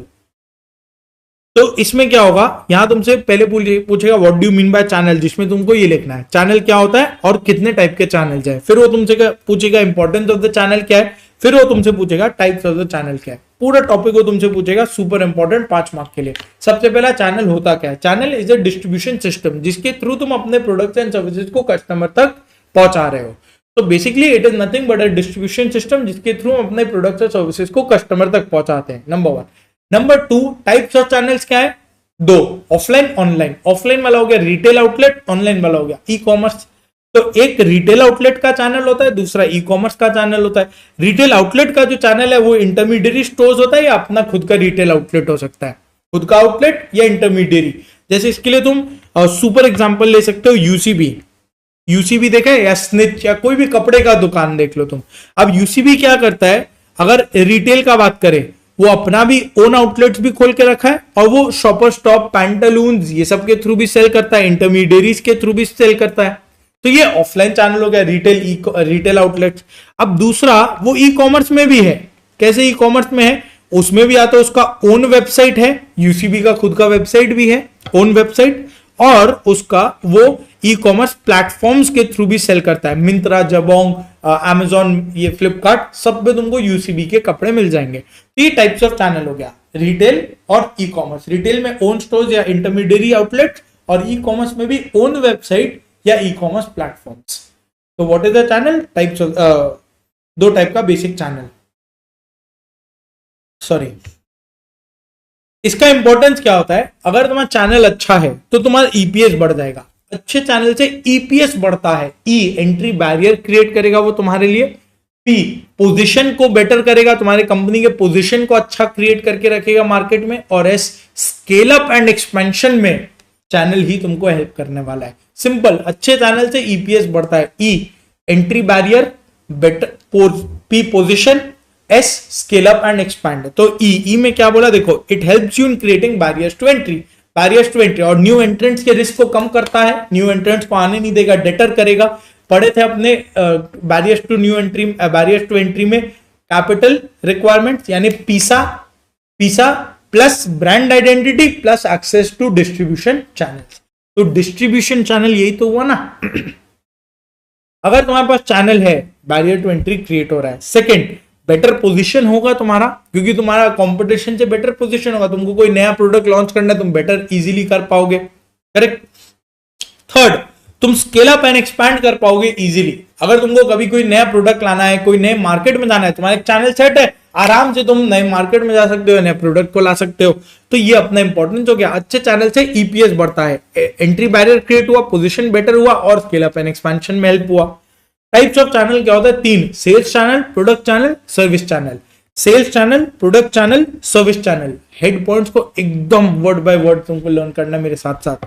Sales channel, product channel, service channel. Sales channel क्या होता है, यहां हम लोग प्रोडक्ट को सेल करने पे फोकस कर रहे हैं। सेल करने पे, प्रोडक्ट पे फोकस नहीं है, सेल करने पे फोकस है, कैसे भी सेल करो। चलो, तो ये वो इंटरमीडियरीज है who are involve in selling the product through each channel. जैसे वही, अगर यूसीबी का जो अपने बात किया, यहां पे स्निच का एग्जांपल लिया हुआ है, आउटलेट्स के थ्रू हो सकता है या ऑनलाइन हो सकता है। ई कॉमर्स के थ्रू, आउटलेट्स के थ्रू है तो ओन आउटलेट या इंटरमीडियरी आउटलेट्स हो सकता है। ई कॉमर्स में तो ओन वेबसाइट या ई कॉमर्स प्लेटफॉर्म्स। तो वो सारे intermediaries who are involved in selling the product through each channel, वो हो गया तुम्हारा सेल्स चैनल। जैसे होलसेलर, रिटेलर, ये सब ब्रोकर्स, ये सब हो जाते हैं सेल्स चैनल। प्रोडक्ट चैनल क्या होता है, प्रोडक्ट चैनल होता है जो कुरियर कंपनीज हुआ या लॉजिस्टिक्स टीम हुआ। जैसे जोमेटो के जो डिलीवरी पार्टनर्स हैं, डिलीवरी पार्टनर्स क्या हो गए जोमेटो के केस में, वो रेस्टोरेंट से लेके तुम्हारे घर तक खाना पहुंचा रहे। ये वो लोग हैं, they are the intermediaries who physically handle the product on its path from producer to end user. ये पूरा लॉजिस्टिक्स वाला बात है। अब लॉजिस्टिक्स वाले लोग देखो, स्निच को सेल करना है, स्निच या यूसीबी को सेल करना है, तो वो सेल्स चैनल बनाएगा, intermediary outlets, e commerce platform. अब ई कॉमर्स प्लेटफॉर्म के थ्रू उसने सेल तो कर दिया, लेकिन जब ई कॉमर्स पे सेल के तो डिलीवरी का बात आएगा। अब डिलीवरी करने के लिए कोई टीम आएगा, लेट से ब्लू डार्ट आती है, ब्लू डार्ट डिलीवर करता है। अब ब्लू डार्ट डिलीवर कर रहा है तो वो सेल नहीं कर रहा, वो एक सर्विस प्रोवाइड कर रहा है, वो प्रोडक्ट को हैंडल कर रहा है फ्रॉम प्रोड्यूसर, मैन्युफैक्चरर या सप्लायर से एंड यूजर तक पहुंचा रहा है, तो वो प्रोडक्ट चैनल हुआ। Everybody who physically handles the product from the producer to consumer. Australia post का यहां एग्जांपल लिया है, अपना इंडिया पोस्ट ले लो। ये आया फिर सर्विस चैनल। सर्विस चैनल क्या होता है, तुम कुछ भी काम कर दो, कोई भी टाइप का सर्विस, कोई भी टाइप का प्रोडक्ट सेल करो, तुमको एक कस्टमर केयर सेंटर तो लगाना पड़ेगा ना। तो वो हुआ जो बेसिक सर्विस है। तुम एसी तो खरीद लिए, वो सेल्स चैनल हो गया।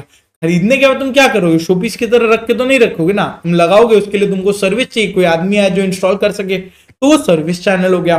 तो वो नेसेसरी सर्विसेज प्रोवाइड करते हैं टू सपोर्ट द प्रोडक्ट। ये नॉर्मली आफ्टर द परचेज ही किया जाता है।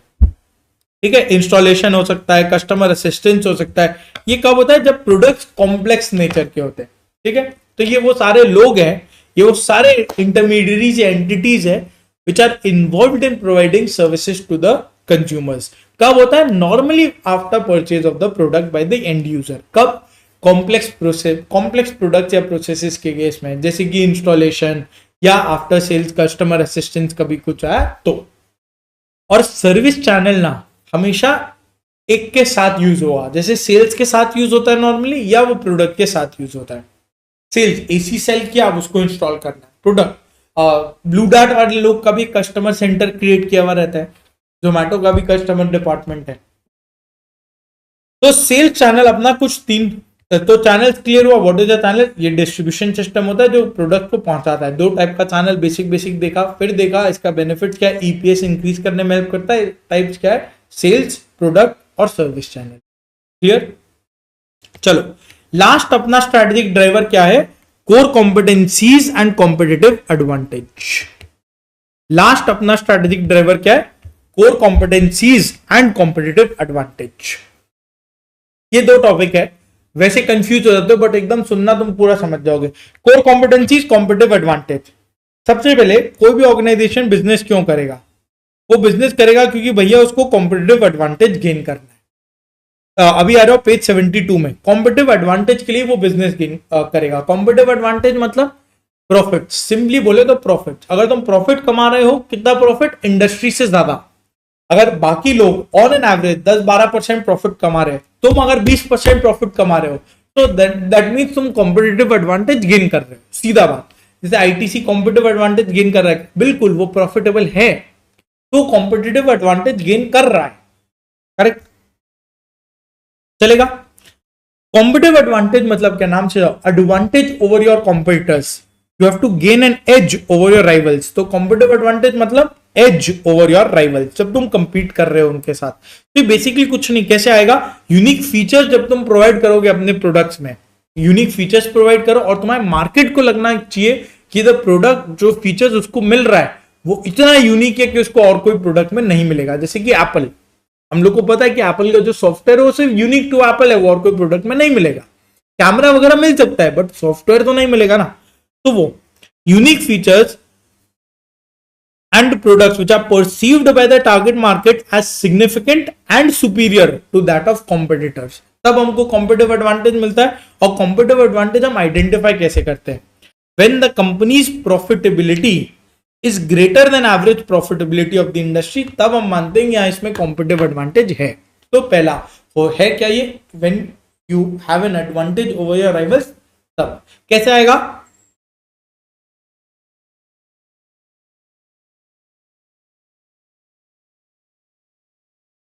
कैसे आएगा? जब तुम यूनिक फीचर्स प्रोवाइड कर रहे हो अपने प्रोडक्ट में, तब आएगा तुमको कॉम्पिटिटिव एडवांटेज।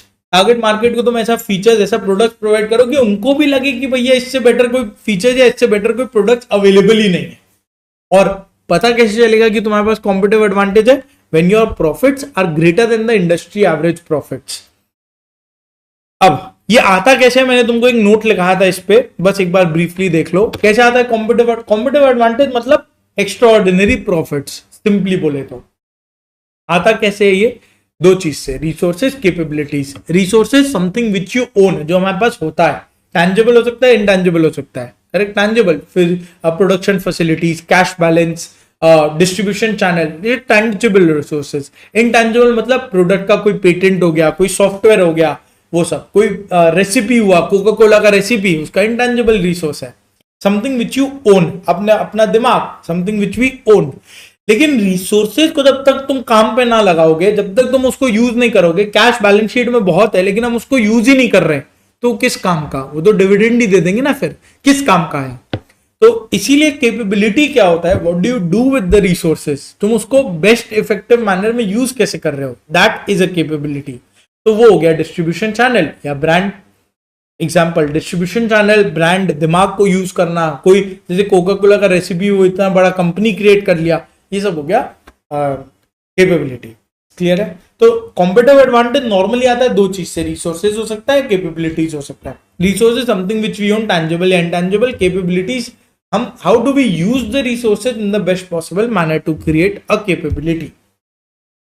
अब कॉम्पिटिटिव एडवांटेज से ना एक क्वेश्चन पॉसिबल है, सस्टेनेबिलिटी ऑफ कॉम्पिटिटिव एडवांटेज बोल के। तो सस्टेनेबिलिटी ऑफ कॉम्पिटिटिव एडवांटेज मतलब क्या, कितना सस्टेनेबल, मतलब कॉम्पिटिटिव एडवांटेज यानी तुम प्रॉफिट कर रहे हो, किस वजह से प्रॉफिट कर रहे हो, कोई रिसोर्सेज या कैपेबिलिटीज से।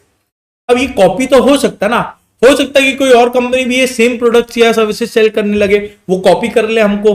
तो हमारा कॉम्पिटिटिव एडवांटेज कितना सस्टेनेबल है ये कैसे पता चले, ये पता चलेगा उसके कैरेक्टरिस्टिक्स से। तो क्वेश्चन है characteristics of resources and capabilities, इससे क्वेश्चन आता है what are the characteristics of resources and capability, जो डिटरमाइन करता है सस्टेनेबिलिटी ऑफ कॉम्पिटिटिव एडवांटेज। तो इसकी कैरेक्टरिस्टिक्स है चार, डाइट DIAT, चार कैरेक्टरिस्टिक्स है DIAT डाइट। डी बोले तो ड्यूरेबिलिटी, आई बोले तो इमिटेबिलिटी, ये रहा इमिटेबिलिटी, ए अप्रोप्रिएबिलिटी और टी ट्रांसफरेबिलिटी।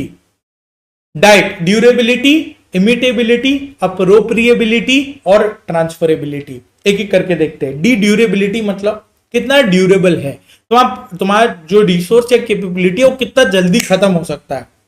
जैसे टेक्नोलॉजी जल्दी खत्म हो जाएगा, पेटेंट अगर 2 साल का लाइफ बचा तो मालूम है 2 साल के बाद अपना कॉम्पिटिटिव एडवांटेज खत्म हो जाएगा, वर्सेस 20 साल का अगर लाइफ बचा है। तो it is the rate of product innovation, ठीक है, रेट एट विच फर्म का resources and capabilities will deteriorate. जैसे आयरन और माइल का एग्जाम्पल, आयरन और माइंस का हमने एग्जाम्पल लिया था, क्लियर हुआ। तो ड्यूरेबिलिटी क्या बोलता है, rate at which the capabilities and resources will deteriorate. अगर अपने पास बहुत अच्छा खासा रिसोर्सेज है तो जल्दी डेटोरेट नहीं होगा। अगर ड्यूरेबिलिटी ज्यादा है, अपना कॉम्पिटिटिव एडवांटेज भी ज्यादा सस्टेनेबल होगा, कम है तो कम सस्टेनेबल होगा, जल्दी कॉपी हो सकता है, क्लियर है। जैसे एप्पल, एवरी ईयर उसको इनोवेट करना पड़ता है, नहीं तो उसका कॉम्पिटिटिव एडवांटेज फेल हो जाएगा, कोई और ज्यादा इनोवेट कर जाएगा, क्लियर। फिर ट्रांसफरेबिलिटी, अब ड्यूरेबल कैसे हो, या तो तुम कॉम्पिटिटिव एडवांटेज खुद बिल्ड करो या तुम कहीं से खरीदो। तो खुद बिल्ड करो मतलब इमिटेबिलिटी, कहीं से खरीदो मतलब ट्रांसफरेबिलिटी। तो कहीं से खरीदना ट्रांसफरेबिलिटी। अब कुछ चीजें हैं जो तुम खरीद सकते हो, कुछ चीजें जो तुम नहीं खरीद सकते। अगर खरीद सकते हो तो डिपेंड करता है कि कितना इजीली तुम खरीद पा रहे हो। जैसे टेलीकॉम के अंदर में टेलीकॉम लाइसेंस, अगर पैसा है तो तुम लाइसेंस खरीद सकते हो, तुमको कॉम्पिटिटिव एडवांटेज मिल जाएगा। नहीं है पैसा, लाइसेंस नहीं खरीद पाओगे, नहीं मिलेगा, सिंपल बात। How easy is it to transfer resources. Ability of rivals depend on gaining access to necessary resources and capabilities। जैसे आयरन ओर वाला जो अपने एग्जांपल देखे, या लीज, माइन का जो लीज होता है वो 99 इयर्स के लिए किसी कंपनी को दे दिया जाता है, तो अब वो कोई और कंपनी नहीं ले पाएगा ना, फिर ट्रांसफरेबिलिटी डिफिकल्ट हो गया। तो how easy is it to gain access to resources and capabilities. अगर इजी है तो फिर बहुत इजीली ट्रांसफर हो सकता है, अगर इजी नहीं है तो अपना कॉम्पिटिटिव एडवांटेज सस्टेनेबल है, क्योंकि कॉम्पिटिटर खरीदेगा कैसे, वो खरीद ही नहीं पाएगा। Easier it is to transfer resources, less sustainable will be the competitive advantage. Imitability मतलब कॉपी करना, अगर वो खरीद नहीं सकता वो क्या करेगा, कॉपी करने की कोशिश करेगा। जैसे कोका कोला का रेसिपी, कितने लोग ट्राई कर ले, कोका कोला का जैसा टेस्ट नहीं बना पा रहे। मैगी का रेसिपी कितने लोग ट्राई कर ले, वैसा टेस्ट नहीं बन पा रहा। तो they are trying to build from scratch. अगर रिसोर्सेज एंड कैपेबिलिटीज परचेज नहीं कर सकते, ट्रांसफर नहीं कर सकते, तो तुम क्या करोगे, बिल्ड ही तो करोगे ना। It has to be build from scratch. Now the question is how easily and quickly can it be build. तुम कितना इजीली और क्विकली उसको बिल्ड कर सकते हो इज द रियल क्वेश्चन। अगर तुम बहुत इजीली और क्विकली बिल्ड कर पाए तो कॉम्पिटिटिव एडवांटेज नहीं है, सस्टेनेबल नहीं है, बहुत जल्दी हो जा रहा है, बहुत जल्दी खत्म हो जाएगा। हाँ, अगर टाइम लगता है उसको बिल्ड करने में तो इट इज सस्टेनेबल। जैसे टेस्ला जो बिल्ड किया उसने कॉम्पिटिटिव एडवांटेज, कोई और वैसा बिल्ड नहीं कर सकता, वो सस्टेनेबल है।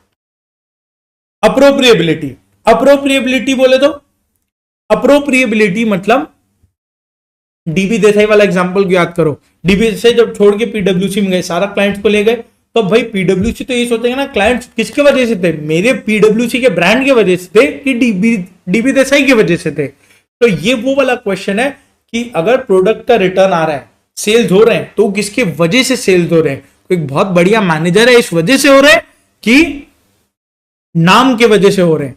तो तुमको ये डिसाइड करना पड़ेगा। देखो, it refers to ability of the firms owners to appropriate the returns on its resource base. अगर तुमको आइडिया लग गया कि तुम्हारे किसके वजह से रिटर्न आ रहा है तो तुम उसको नहीं जाने दोगे ना। अगर पीडब्ल्यूसी को पहले से पता होता कि डीबी देसाई की वजह से ही मेरे क्लाइंट्स आ रहे हैं तो डीबी देसाई को ज्यादा पैसा देते ना, फिर वो नहीं जाने देते ना उनको। तो ये अप्रोप्रिएबिलिटी हो जाता है, ability of firms owners to appropriate the returns on its resource base. अगर अप्रोप्रिएट करना आ गया तो अपना सस्टेनेबल हो जाएगा, अगर नहीं रिसोर्स के ऊपर में अप्रोप्रिएट हो जा रहा है तो सस्टेनेबल है, वरना नहीं हो पाएगा। तो सस्टेनेबिलिटी ऑफ कॉम्पिटिटिव एडवांटेज कैसे डिसाइड होगा, कैरेक्टरिस्टिक्स क्या है उसका, डायरेक्ट, ड्यूरेबिलिटी, इमिटेबिलिटी, अप्रोप्रिएबिलिटी, ट्रांसफरेबिलिटी। तो कॉम्पिटिटिव एडवांटेज क्लियर हुआ, किसने दिया है, माइकल पोर्टर ने, सारा यही देखे गए, माइकल पोर्टर ने किया है क्या, बेसिक वो देखा, कैसे आता है, रिसोर्सेज कैपेबिलिटीज के वजह से। इसका कैरेक्टरिस्टिक्स क्या है, characteristics for sustainability, durability, diet, durability, imitability, appropriability, sustainability. Durability, rate of obsolescence, जल्दी ऑब्सोलेट हुआ तो लेस सस्टेनेबल है, टाइम लगेगा ऑब्सोलेट होने में तो ज्यादा सस्टेनेबल है। इमिटेबिलिटी, इमिटेबिलिटी, कॉपी, इजियर है अगर इमिटेट करना, less sustainable, difficult to imitate तो मोर सस्टेनेबल। अप्रोप्रिएबिलिटी, अगर रिसोर्स में अप्रोप्रिएट करना इजी है तो इजीली कॉपी हो जाएगा, मोर डिफिकल्ट है कि कौन से रिसोर्स की वजह से वो नहीं क्लियर है तो ज्यादा सस्टेनेबल है, क्योंकि कोई एक के वजह से नहीं है। टी, ट्रांसफरेबिलिटी, अगर इजी टू ट्रांसफर है less sustainable, difficult to transfer है मोर सस्टेनेबल। क्लियर हुआ कॉम्पिटिटिव एडवांटेज। अभी आ जाओ लास्ट, कॉम्पिटिटिव कोर कॉम्पिटेंस। मैं तुमको सबसे पहले दोनों का डिफरेंस क्लियर कर देता हूं। कॉम्पिटिटिव एडवांटेज होता है प्रॉफिट्स, सिंपल। अगर तुम प्रॉफिट्स कर रहे हो, एक्स्ट्रा अबव एवरेज प्रॉफिट्स है, that means you have a competitive advantage. और कॉम्पिटिटिव एडवांटेज आता कहां से, रिसोर्स से और कैपेबिलिटी से, करेक्ट। अब रिसोर्स और कैपेबिलिटी से कॉम्पिटिटिव एडवांटेज तो आ रहा है, लेकिन कॉम्पिटिटिव एडवांटेज बहुत लोग के पास होता है। अगर अपने गाड़ी के ऑटोमोबाइल सेक्टर में बोले, या लेट्स से स्मार्टफोन इंडस्ट्री का ले लो, सैमसंग, वन प्लस, जितने भी सक्सेसफुल, ओप्पो, वीवो, एप्पल, ये सब अच्छा फोन बना के बेच रहे हैं, सबके पास कॉम्पिटिटिव एडवांटेज है, because everyone is earning profits. कोई प्रॉब्लम तो है ही नहीं इसमें, है ना। जब एमआई था तो इंडिया में जब चल रहा था तो उसके भी प्रॉफिट हो रहे थे, वो भी है। एमआई आज के दिन भी प्रॉफिटेबल है, कॉम्पिटिटिव एडवांटेज तो है ही उसके पास, लेकिन सबके पास कोर कॉम्पिटेंस है क्या, नहीं।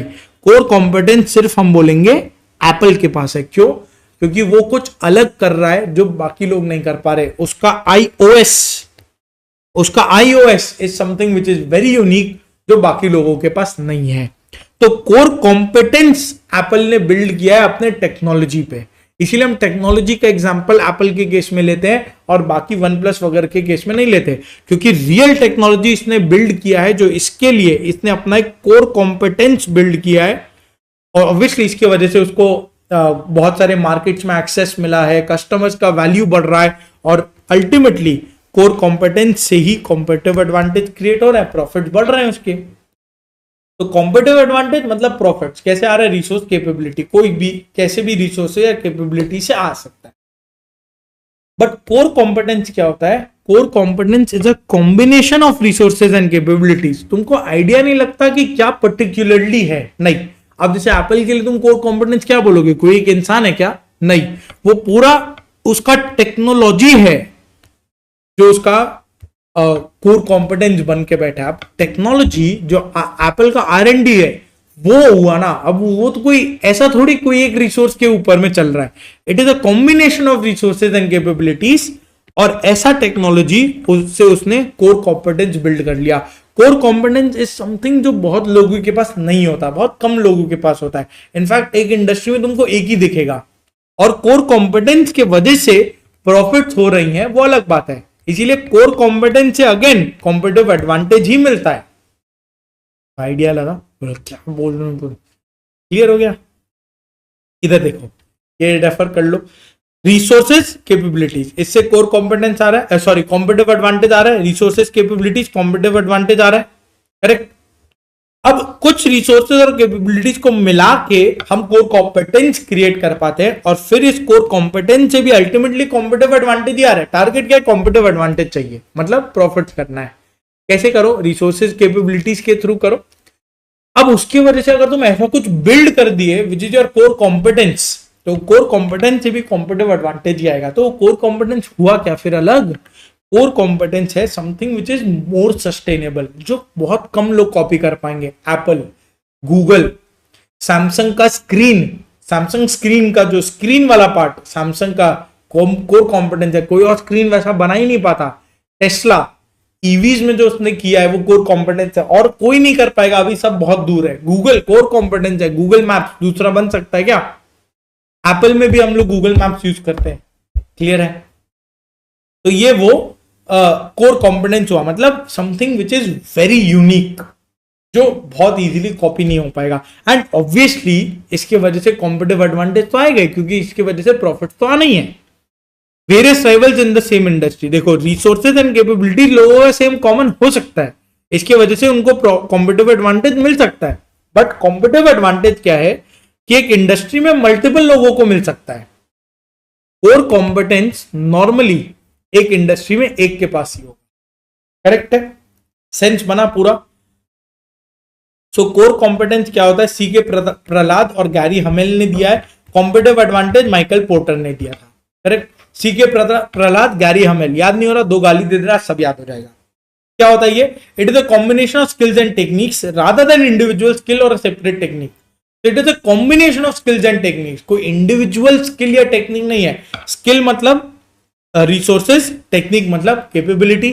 तो it is a combination of resources and capabilities, combination of skills and techniques rather than any individual skill और टेक्निक। कोई इंडिविजुअल रिसोर्स या कैपेबिलिटी नहीं है, ये लाइन को याद रखना।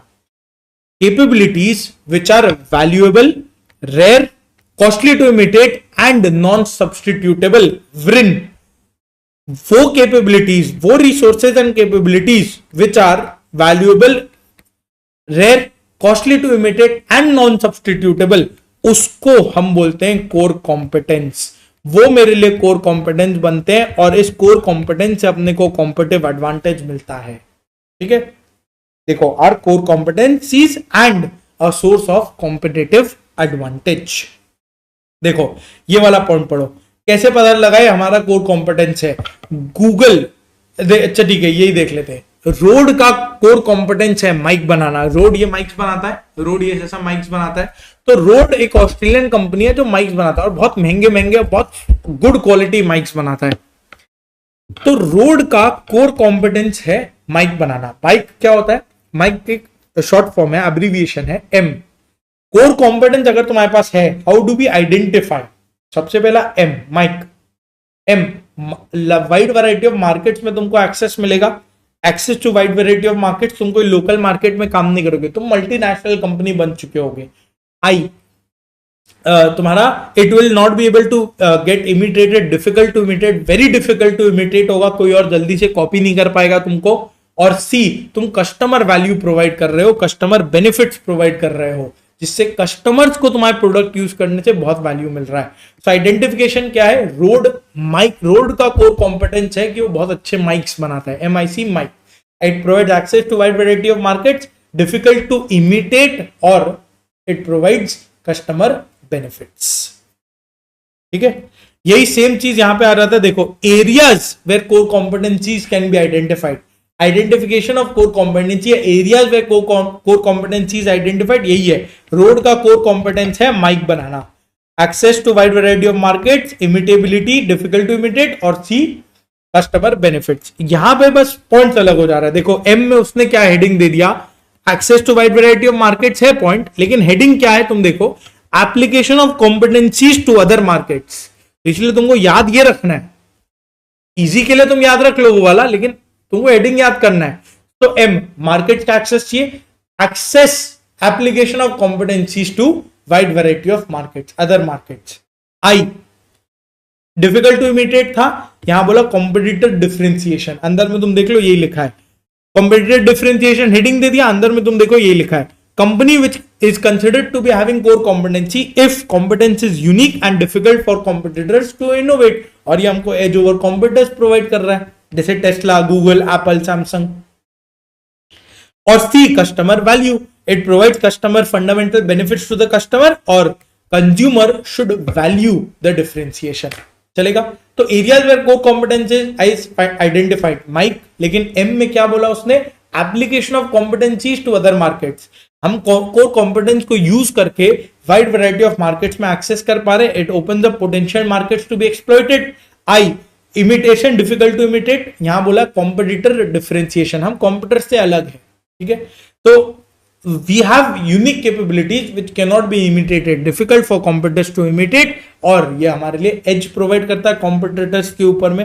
C, customer value, it provide value to the customer, उसको बहुत अच्छा fundamental benefit या differentiation मिल रहा है हमारे products को use करके। Done। तो ये दो बेसिक MCQ वाले पॉइंट्स है। क्या कोर कॉम्पिटेंस कैसे मिलेगा? ऑर्गेनाइजेशन फंक्शंस के थ्रू मिल सकता है। तुम बहुत बढ़िया काम करो अगर, जैसे HUL का फाइनेंस डिपार्टमेंट का मैंने बताया था नेगेटिव वर्किंग कैपिटल। और core competence is whatever it does best. जैसे टाटा स्टील का लो कॉस्ट स्टील, तो Tata steel low cost steel बना रहा है, बना तो स्टील सभी रहे हैं, लेकिन टाटा स्टील जितने कम दाम में स्टील बना रहा है वो कोई और नहीं बना सकता। ये टाटा स्टील का कोर कॉम्पिटेंस है। Whatever it does best, अलग अलग फंक्शंस के थ्रू क्रिएट हो सकता है, या whatever it does best वैसे आ सकता है। सो कोर कॉम्पिटेंस क्लियर हुआ। इससे एक क्वेश्चन जो आ सकता है, criteria for building core competence. अभी कॉम्पिटिटिव एडवांटेज में हमने देखा था कैरेक्टरिस्टिक्स, ये तुम कंफ्यूज मत हो जाना। कैरेक्टरिस्टिक्स होता है डाइट, कोर कॉम्पिटेंस में होता है क्राइटेरिया। क्राइटेरिया मतलब हम कब बोलेंगे कि क्या चार कंडीशंस होना चाहिए कि कॉम्पिटिटिव एडवांटेज कोर कॉम्पिटेंस से आए। BRIN, ये क्राइटेरिया है। Valuable, rare, costly to imitate और non substitutable. Valuable, rare, costly to imitate और नॉन सब्सटीट्यूटेबल। वैल्यूएबल क्या करता है? कस्टमर वैल्यू करे इसको, कस्टमर वैल्यू कर पाए, हम अपॉर्चुनिटीज को एक्सप्लॉइट करें, थ्रेट्स को एलिमिनेट करें। कैसे करेंगे? By creating value for the customers. Opportunity है, एक्सप्लॉइट करो, थ्रेट है, उसको मिनिमाइज करो, खत्म करो, एलिमिनेट करो। कैसे? Create value for customers. R, rare. Rare मतलब वेरी रेयर कैपेबिलिटीज है, कोई और के पास नहीं है, हमारे पास जो है वो कोई और के पास नहीं है। They don't possess. Core competency या rare capabilities very few competitors possess है, जैसे iOS, विंडोज या गोरिल्ला ग्लास का टेक्नोलॉजी। कॉस्टली टू इमिटेट, अब कोई और इसको कॉपी नहीं कर सकता जल्दी से। Competing firms are unable to develop easily. Intel, Nvidia का ग्राफिक्स कार्ड कोई और जल्दी से इसको बना नहीं सकता। एंड नॉन सब्सटीट्यूटेबल, इसका कोई और ऑल्टरनेटिव सब्सटीट्यूट अवेलेबल नहीं है मार्केट में। विंडोज या iOS, इनके सब्सटीट्यूट है क्या? नहीं। Do not have strategic equivalents and they are called non substitutable capabilities. देखो, when a capability is valuable, rare, costly to imitate and non-substitutable, it is a core competence and a source of competitive advantage. Clear हुआ यहां तक? ये अपना core competence, पांचों driver done. सबसे पहले हमने इंडस्ट्री मार्केट देख लिया, स्ट्रैटेजिक ग्रुप मैपिंग। उसके बाद हम गए थे प्रोडक्ट्स एंड कस्टमर्स के ऊपर में बेसिक सा, फिर गए प्रोडक्ट्स एंड सर्विसेज में मार्केटिंग स्ट्रैटेजीज को देखा MCQ के लिए, फिर हम गए फोर्थ हम गए उसके ऊपर में, इसके पहले चैनल्स था, चैनल सुपर इंपॉर्टेंट, उससे क्वेश्चन आता है। और लास्ट में कोर कॉम्पिटेंस, कॉम्पिटिटिव एडवांटेज, जिससे दो क्वेश्चंस बहुत अच्छे से पॉसिबल है। Characteristics of competitive advantage, criteria for core competence, diet and VRIN. चलेगा? अब इंटरनल एनवायरनमेंट का बेसिक ड्राइवर्स खत्म है। अब अपने को क्या करना होता है? मैच करना होता है। क्या मैच करते हैं हम? अब हम लोग का मैचिंग चालू हो रहा है। एक्सटर्नल एनवायरनमेंट अपने डन कर लिए। एक्सटर्नल एनवायरनमेंट से अपने को क्या मिला? Opportunities and threats. अपॉर्चुनिटीज को मैक्सिमाइज करना है, थ्रेट्स को मिनिमाइज करना है, करेक्ट। और इंटरनल एनवायरनमेंट से अपने को क्या मिला? Strengths and weaknesses. Again strengths को मैक्सिमाइज करना है, स्ट्रेंथ को मैक्सिमाइज करना है, वीकनेस को मिनिमाइज करना है। तो अब ये दो जब अपने को मिल गया, what do we have to do now? We have to match. अब अपने को यहां से आगे स्ट्रैटेजीज बनाने जाना है। तो एक्सटर्नल इंटरनल एनवायरनमेंट डन हो गया। अब अपने को करना है generate, analyse and select strategies. उससे पहले बस ये स्वॉट एनालिसिस देख लो। स्वॉट एनालिसिस क्या होता है? स्वॉट एनालिसिस सीधा सीधा चीज है। अपने क्या करते हैं? Strength, weaknesses, opportunity, threat. Strength, weaknesses internal, opportunity, threat external. इस पूरे सिनेरियो को इवैल्यूएट करते हैं और फैक्टर्स को जॉट डाउन करते हैं, जिससे अपने को ये स्वॉट एनालिसिस मिल रहा है। यहां पे क्या है? इससे क्वेश्चन आता है, 2-3 क्वेश्चन अपने करेंगे रिटन प्रैक्टिस में, कल इसको कर लेंगे। लेकिन इसमें क्या होता है ना, यहाँ पे तुमको लिखने को आ जाएगा कि इसका स्वॉट एनालिसिस करो, ऐसा क्वेश्चन आ जाएगा। अब क्या करोगे तुम उसमें, वो अपने बहुत डिटेल में, बट एक आईटीसी का अगर जैसे एग्जांपल देते हैं, स्ट्रेंथ क्या होगा उसका, डिस्ट्रीब्यूशन चेन, फाइनेंशियल रिसोर्सेज, उसका प्रोडक्टिव कैपेसिटी, स्ट्रेंथ हो गए उसके, फार्मर नेटवर्क जैसे डिस्ट्रीब्यूशन चेन। वीकनेसेस क्या हो गए उसके, उसका एज ओल्ड एम्प्लॉइज, मतलब जो उसका डेमोग्राफिक्स है, यंग एम्प्लॉयज नहीं है, इनोवेशन नहीं है, उसका वीकनेस हुआ। अपॉर्चुनिटी क्या है, टूरिज्म, क्या बोलते हैं उसको, रूरल मार्केट्स, रूरल इंडस्ट्री, ये सब अपॉर्चुनिटी है। और इसके थ्रेट्स क्या हो गए, थ्रेट्स हो गए कि तुम्हारा गवर्नमेंट बैन कर सकता है टोबैको इंडस्ट्री को, टोबैको को गवर्नमेंट बैन कर दे तो थ्रेट हो जाएगा। तो ये अपना स्वॉट एनालिसिस है, इसको देखेंगे राइटिंग प्रैक्टिस वाले में कैसे अपने को स्वॉट एनालिसिस करना होता है। बोलो, तो ये अपना first part of chapter 3 done, major in fact first part क्या 75% डन। अब अपने को 2-3 स्ट्रैटेजीज यहां देखना है। बोलो डन है यहां तक, पक्का आधा घंटा का ये चैप्टर और बचा है, फटाफट बोलो क्लियर है यहां तक।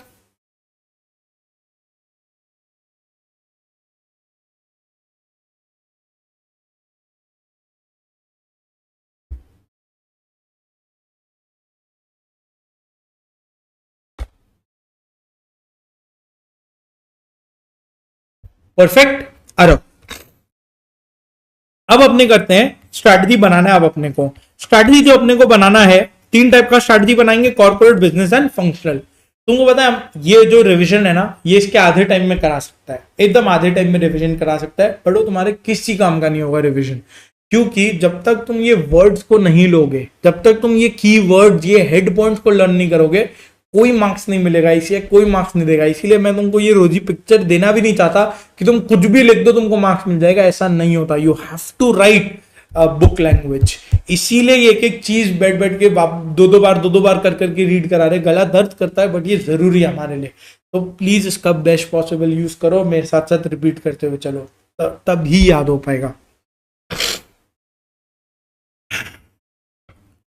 ठीक, चलो। तो स्ट्रैटेजी अपने जब बनाते हैं, 3 टाइप का स्ट्रैटेजी होता है, 3 टाइप का strategy, corporate, business and functional, 3 level है, तीनों अपना अपना स्ट्रैटेजीज बनाती हैं। नेक्स्ट चैप्टर में हम देखेंगे कॉर्पोरेट लेवल स्ट्रैटेजी, चैप्टर 4 में देखेंगे। यहां पे हम क्या बना रहे हैं, बिजनेस लेवल स्ट्रैटेजी, जिसको हम बोलते हैं जेनेरिक या बेस स्ट्रैटेजीज। तो पोर्टर साहब ने, माइकल पोर्टर ने 3 स्ट्रैटेजीज दिया है, जिनको हम बेस या जेनेरिक स्ट्रैटेजीज बोलते हैं, जेनेरिक या बेस स्ट्रैटेजीज बोलते हैं इनको। क्या 3 स्ट्रैटेजीज है, cost leadership, differentiation, focus. Focus में फिर कॉस्ट या फोकस डिफरेंशिएशन आ जाएगा। So cost leadership, differentiation, focus 3 strategy है। ये देखो, ये वाला टेबल चाहिए अपने को केस स्टडी में इंट्रोडक्शन पैराग्राफ लिखने के लिए। कॉस्ट लीडरशिप क्या होता है, कॉस्ट लीडरशिप जब कम दाम में, याद रखना इसमें कॉस्ट कम होना जरूरी है, to be a cost leader.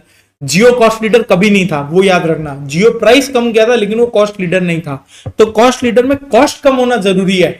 You have to, देखो, you are providing standardised products at low per unit cost. Tata Steel, McDonald's, Decathlon, standardized products at low per unit cost for customers who are price sensitive. 3 चीज, standardised products, बहुत variation नहीं होगा, पर unit cost कम होगा product का, और वो price sensitive customers के लिए काम का होगा।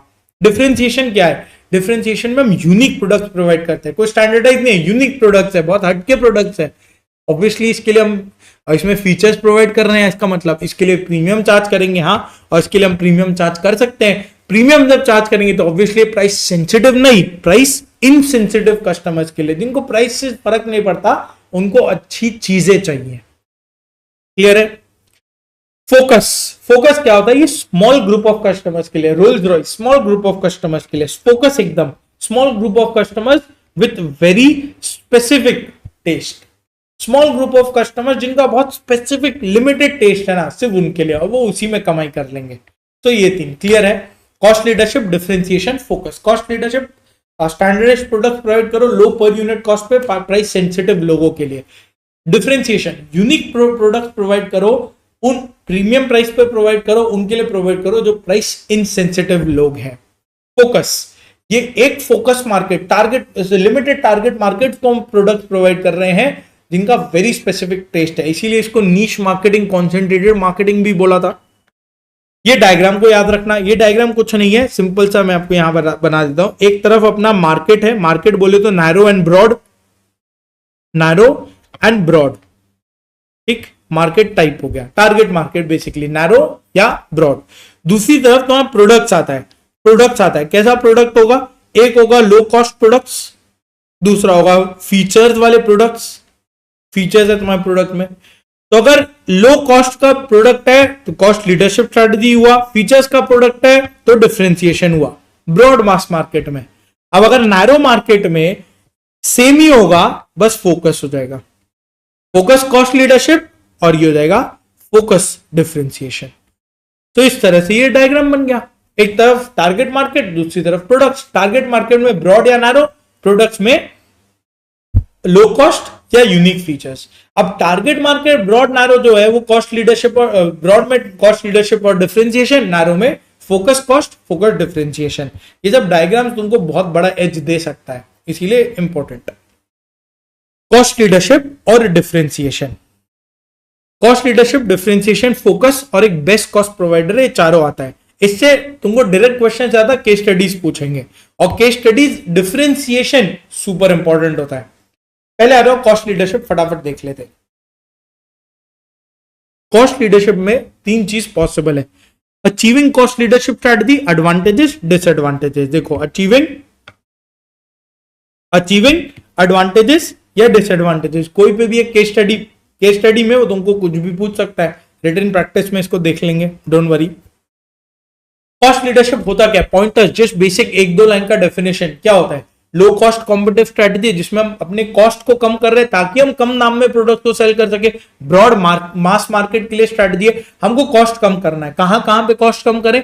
प्रोडक्शन में करो, और पहले तो प्रोक्योरमेंट, खरीदने में करो, प्रोक्योरमेंट प्रोडक्शन में करो, फिर डिस्ट्रीब्यूशन में भी कर देना। इकोनॉमीज ऑफ स्केल बिल्ड करना है। कहां गया ये रहा, इकोनॉमीज ऑफ स्केल बिल्ड करना है हमको, इकोनॉमीज ऑफ स्केल बिल्ड। अब लोअर कॉस्ट की वजह से हम प्राइस कम करेंगे, कॉस्ट लीडर है हम तो हम एक लोअर प्राइस चार्ज कर सकते हैं, उसके बाद भी प्रॉफिट्स कमा सकते हैं। कैसे करें? Forward integration, backward integration, horizontal integration. Integration जाना है। ऑब्जेक्टिव क्या होगा इसमें? ऑब्जेक्टिव होगा कि हम कॉम्पिटिटर्स से कम दाम में बेचे, under price the competitors and gain market share. कम दाम में सेल करके भी मार्केट शेयर टान सके। McDonald's, Decathlon, Tata steel, IndiGo, ये सारा एग्जांपल जो मैंने क्लास में बहुत डिटेल में समझाया था, वो वाले को याद रखना। तो ये ब्रॉड मास मार्केट का स्ट्रैटेजी है, लो कॉस्ट कॉम्पिटिटिव स्ट्रैटेजी है। इसमें हम कॉस्ट को कम कर रहे हैं, प्रोक्योरमेंट, प्रोडक्शन, डिस्ट्रीब्यूशन में इकोनॉमीज ऑफ स्केल ला रहे हैं। क्यों ला रहे? ताकि हम अपने कॉम्पिटिटर्स को अंडर प्राइस कर सके और उनसे मार्केट शेयर गेन कर सके, कम दाम में हम प्रोडक्ट्स को प्रोवाइड कर सके। और कैसे करते हैं हम? वर्टिकल, बैकवर्ड या हॉरिजॉन्टल इंटीग्रेशन से। तीन चीज इससे पॉसिबल है, अचीविंग, एडवांटेजेस या डिसएडवांटेजेस। अचीविंग मतलब कैसे अचीव करें कॉस्ट लीडरशिप? तो सबसे पहला तुम डिमांड को फोरकास्ट करो। ज्यादा वॉल्यूम है तो ही कॉस्ट लीडर पॉसिबल है। इकोनॉमीज ऑफ स्केल चाहिए ना इसके लिए, इसमें जरूरी होता है economies of scale. Come volume में तुम ये नहीं अचीव कर पाओगे। तो डिमांड फोरकास्ट करो, अगर ज्यादा डिमांड आएगा तो ही तुम कॉस्ट लीडर बन पाओगे। अब कॉस्ट लीडर बनने के लिए कॉस्ट सेविंग टेक्नोलॉजीज में इन्वेस्ट करो, कॉस्ट सेविंग टेक्नोलॉजीज को लाओ, एडवांस टेक्नोलॉजी को लाओ, एमआई जो किया, जिससे तुम इकोनॉमीज ऑफ स्केल अचीव कर पाओगे। और वो तब होगा जब तुम रिसोर्सेज को बेस्ट पॉसिबल मैनर में यूज कर रहे हो, वेस्टेज नहीं होना चाहिए। स्टैंडर्डाइज प्रोडक्ट ही तुम सेल करना है। वेरिएशन लेके आया तो कॉस्ट लीडर नहीं बन पाओगे। स्टैंडर्डाइज प्रोडक्ट सेल करना है, और डिफरेंशिएशन से रेजिस्टेंस लेना पड़ेगा, क्योंकि तुम बेसिक फीचर्स ही तुमको डालना है। You can not put multiple features. जैसे नोकिया कॉस्ट लीडर था, वो बेसिक फीचर्स वाले फोन प्रोवाइड करता था ना, वो कोई बहुत फीचर्स तो लाया नहीं, बेसिक फीचर्स के फोन कम दाम में प्रोवाइड कर रहा था तुमको। तो वहां रेजिस्टेंस टू डिफरेंशिएशन जरूरी है, लेकिन इतना भी नहीं कि कंपनी खत्म हो जाए। तो 6 पॉइंट अचीविंग कॉस्ट लीडरशिप। पहला, फोरकास्ट करो डिमांड को, ज्यादा डिमांड आना चाहिए। इन्वेस्ट करो कॉस्ट सेविंग टेक्नोलॉजी में। थर्ड, इकोनॉमीज ऑफ स्केल लेके आओ। ऑप्टिमल यूटिलाइजेशन ऑफ रिसोर्सेज करना है अपने को। स्टैंडर्डाइज प्रोडक्ट्स अपने बनाएंगे और डिफरेंशिएशन से रेजिस्ट करते हुए चलना है। ठीक। एडवांटेजेस सिंपल है, पोर्टर्स का 5 forces. Simple, new entrants, existing rivals, threat of substitutes, buyer bargaining power, supplier bargaining power. 5 factors यही है, देख लो। New entrants, rivals, threat of substitutes, buyer, supplier. Clear. अब एंट्रेंट्स में, अंदर में अगर देखें, एंट्रेंट्स में क्या करेंगे? अगर टाटा स्टील कॉस्ट लीडर है, एंट्री बैरियर है ना, उसको कोई रिस्क है क्या न्यू एंट्रेंट्स का? नहीं। इनफैक्ट एंट्री बैरियर में बैरियर टू एंट्री क्रिएट कर दिया इसने। एंट्री बैरियर्स में हमने पढ़ा भी था, कैपिटल रिक्वायरमेंट्स, पीसा, P product differentiation, E economies of scale, E economies of scale, याद है ना? तो यहां पे एंट्री बैरियर क्रिएट हो जाता है, इसलिए न्यू एंट्रेंट से हमको रिस्क नहीं है। सेकंड, राइवलरी से रिस्क है क्या? नहीं। प्राइस वॉर अवॉइड हो जाता है। टाटा स्टील, कोई और स्टील का कंपनी प्राइस वॉर करेगा, हम डबल कर देंगे, तो प्राइस वॉर अवॉइड हो जाता है जब तुम्हारा लो कॉस्ट है तो।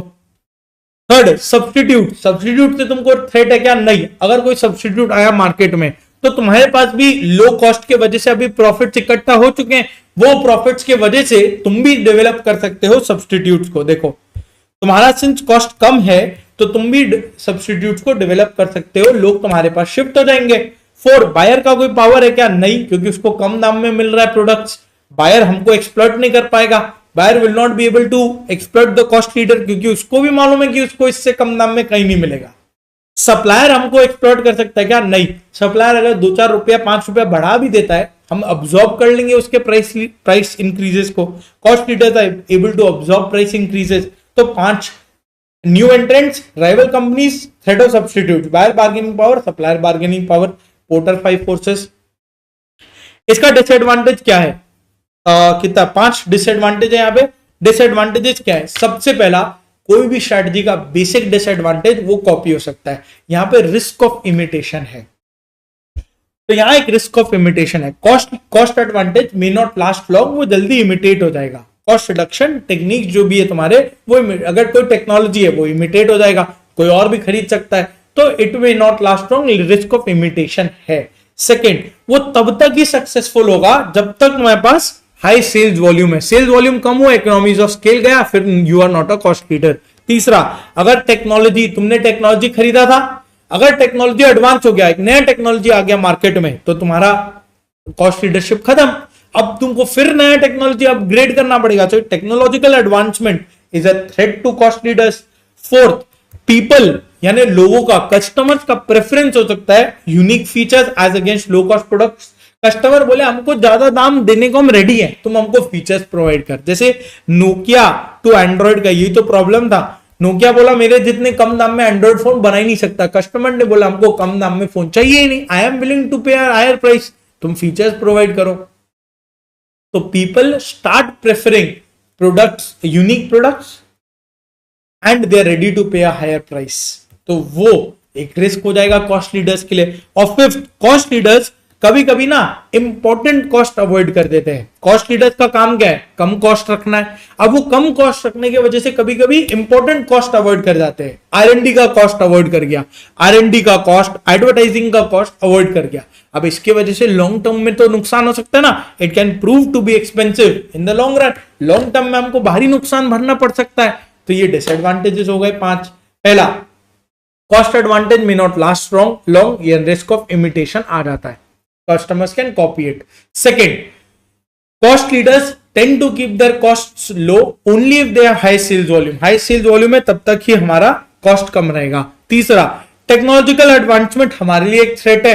चौथा, people can start preferring products with unique features, तो उनको फिर कॉस्ट लीडर से मतलब ही नहीं है। पांचवा, कॉस्ट लीडर्स इंपॉर्टेंट कॉस्ट जैसे एडवर्टाइजिंग, R&D को अवॉइड कर सकते हैं, जो हमारे लिए लॉन्ग टर्म में नुकसान हो सकता है। तो कॉस्ट लीडरशिप का पूरा क्लियर हो गया। एक बार मेरे साथ साथ फटाफट रिपीट करो, कॉस्ट लीडरशिप क्या होता है? It is a low cost competitive strategy broad mass market के लिए। क्या करते हैं हम इसमें? कॉस्ट कम करते हैं, कॉस्ट को रिड्यूस करते हैं। कहां? Procurement, production, distribution, economies of scale लाते हैं। क्या करेंगे? अंडर प्राइस करेंगे कॉम्पिटिटर्स को, मार्केट शेयर को गेन करेंगे। कैसे?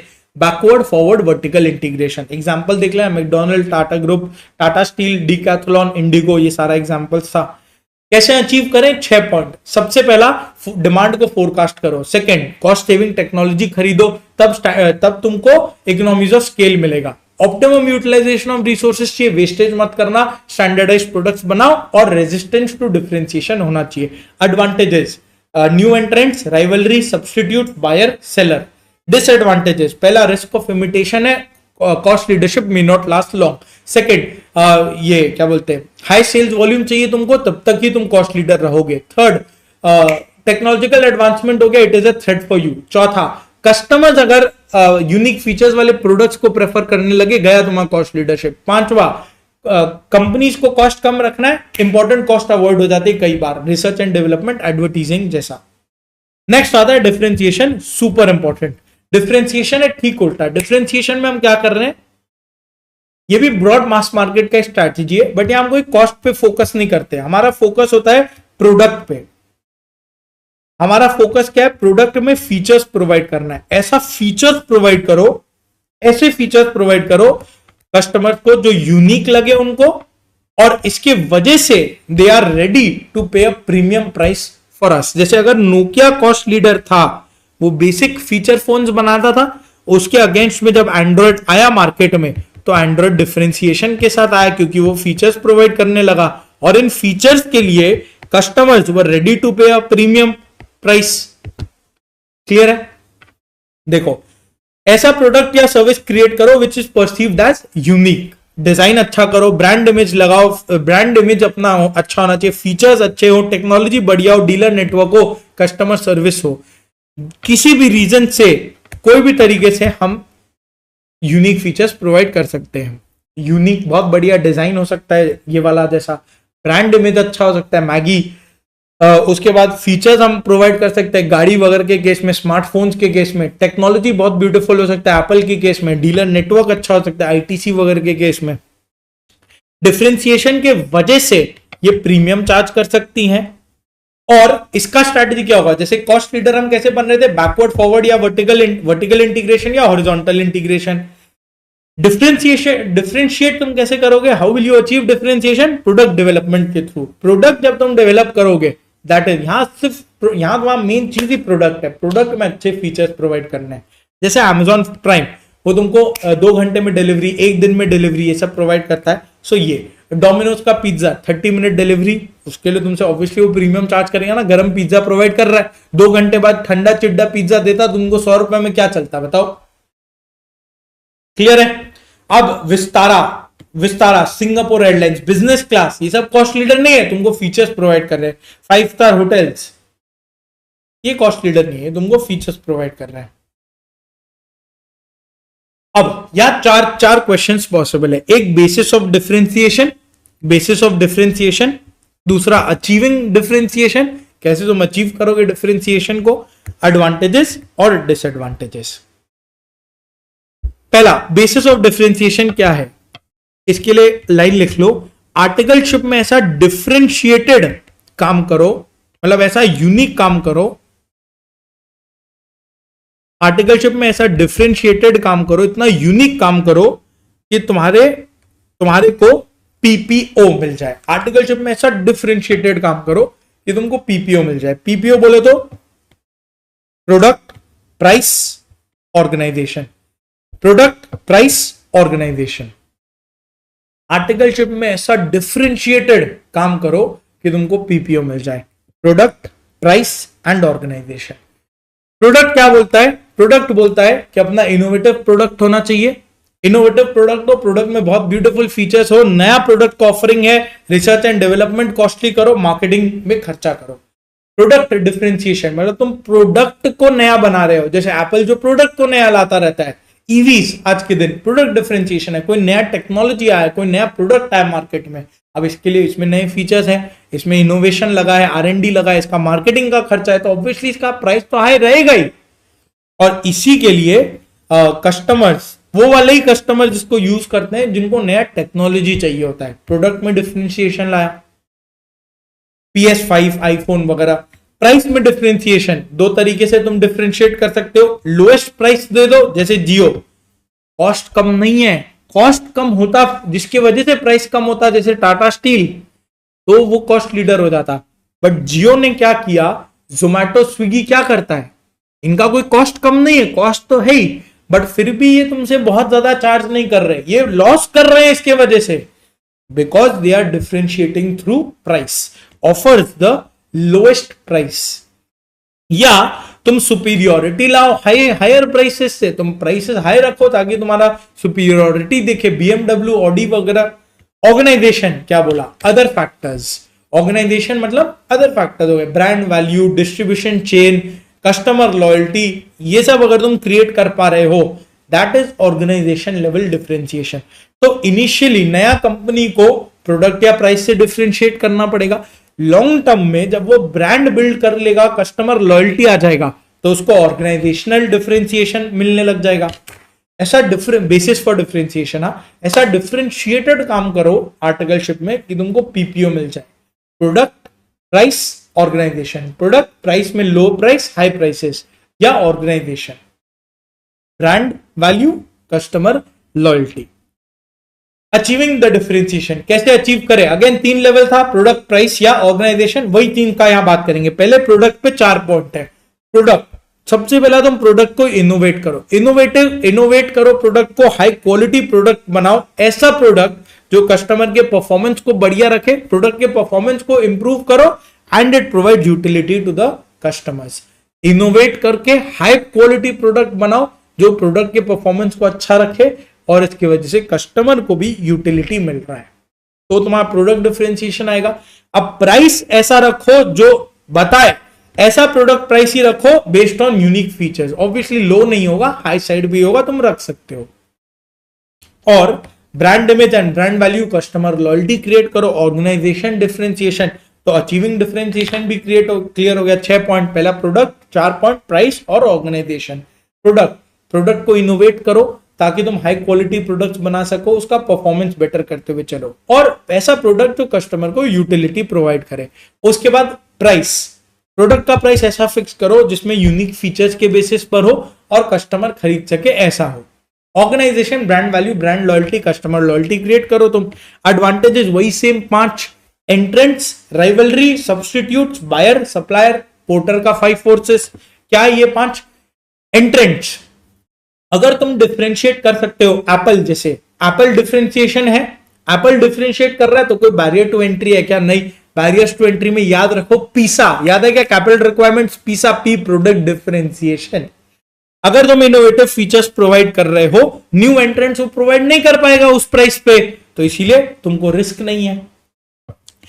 राइवलरी, अगर तुम डिफरेंशिएटेड फीचर्स प्रोवाइड कर रहे हो, तुम्हारा ब्रांड लॉयल्टी है, तो इसीलिए फर्क नहीं पड़ता तुम्हारे कस्टमर को, वो तुम्हारे फीचर्स के साथ खुश है, तुम्हारे प्रोडक्ट फीचर्स के साथ खुश है, तो कॉम्पिटिटर से तुम आगे हो।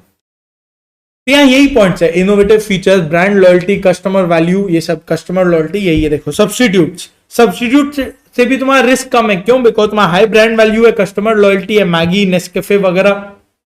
और बायर का बार्गेनिंग पावर, बायर तुम्हारे पास पावर चार्ज नहीं कर पाएगा क्योंकि वो तुम्हारे प्रोडक्ट के फीचर्स के साथ खुश है, they do not negotiate for a price क्योंकि उनको फीचर्स मिल रहा है।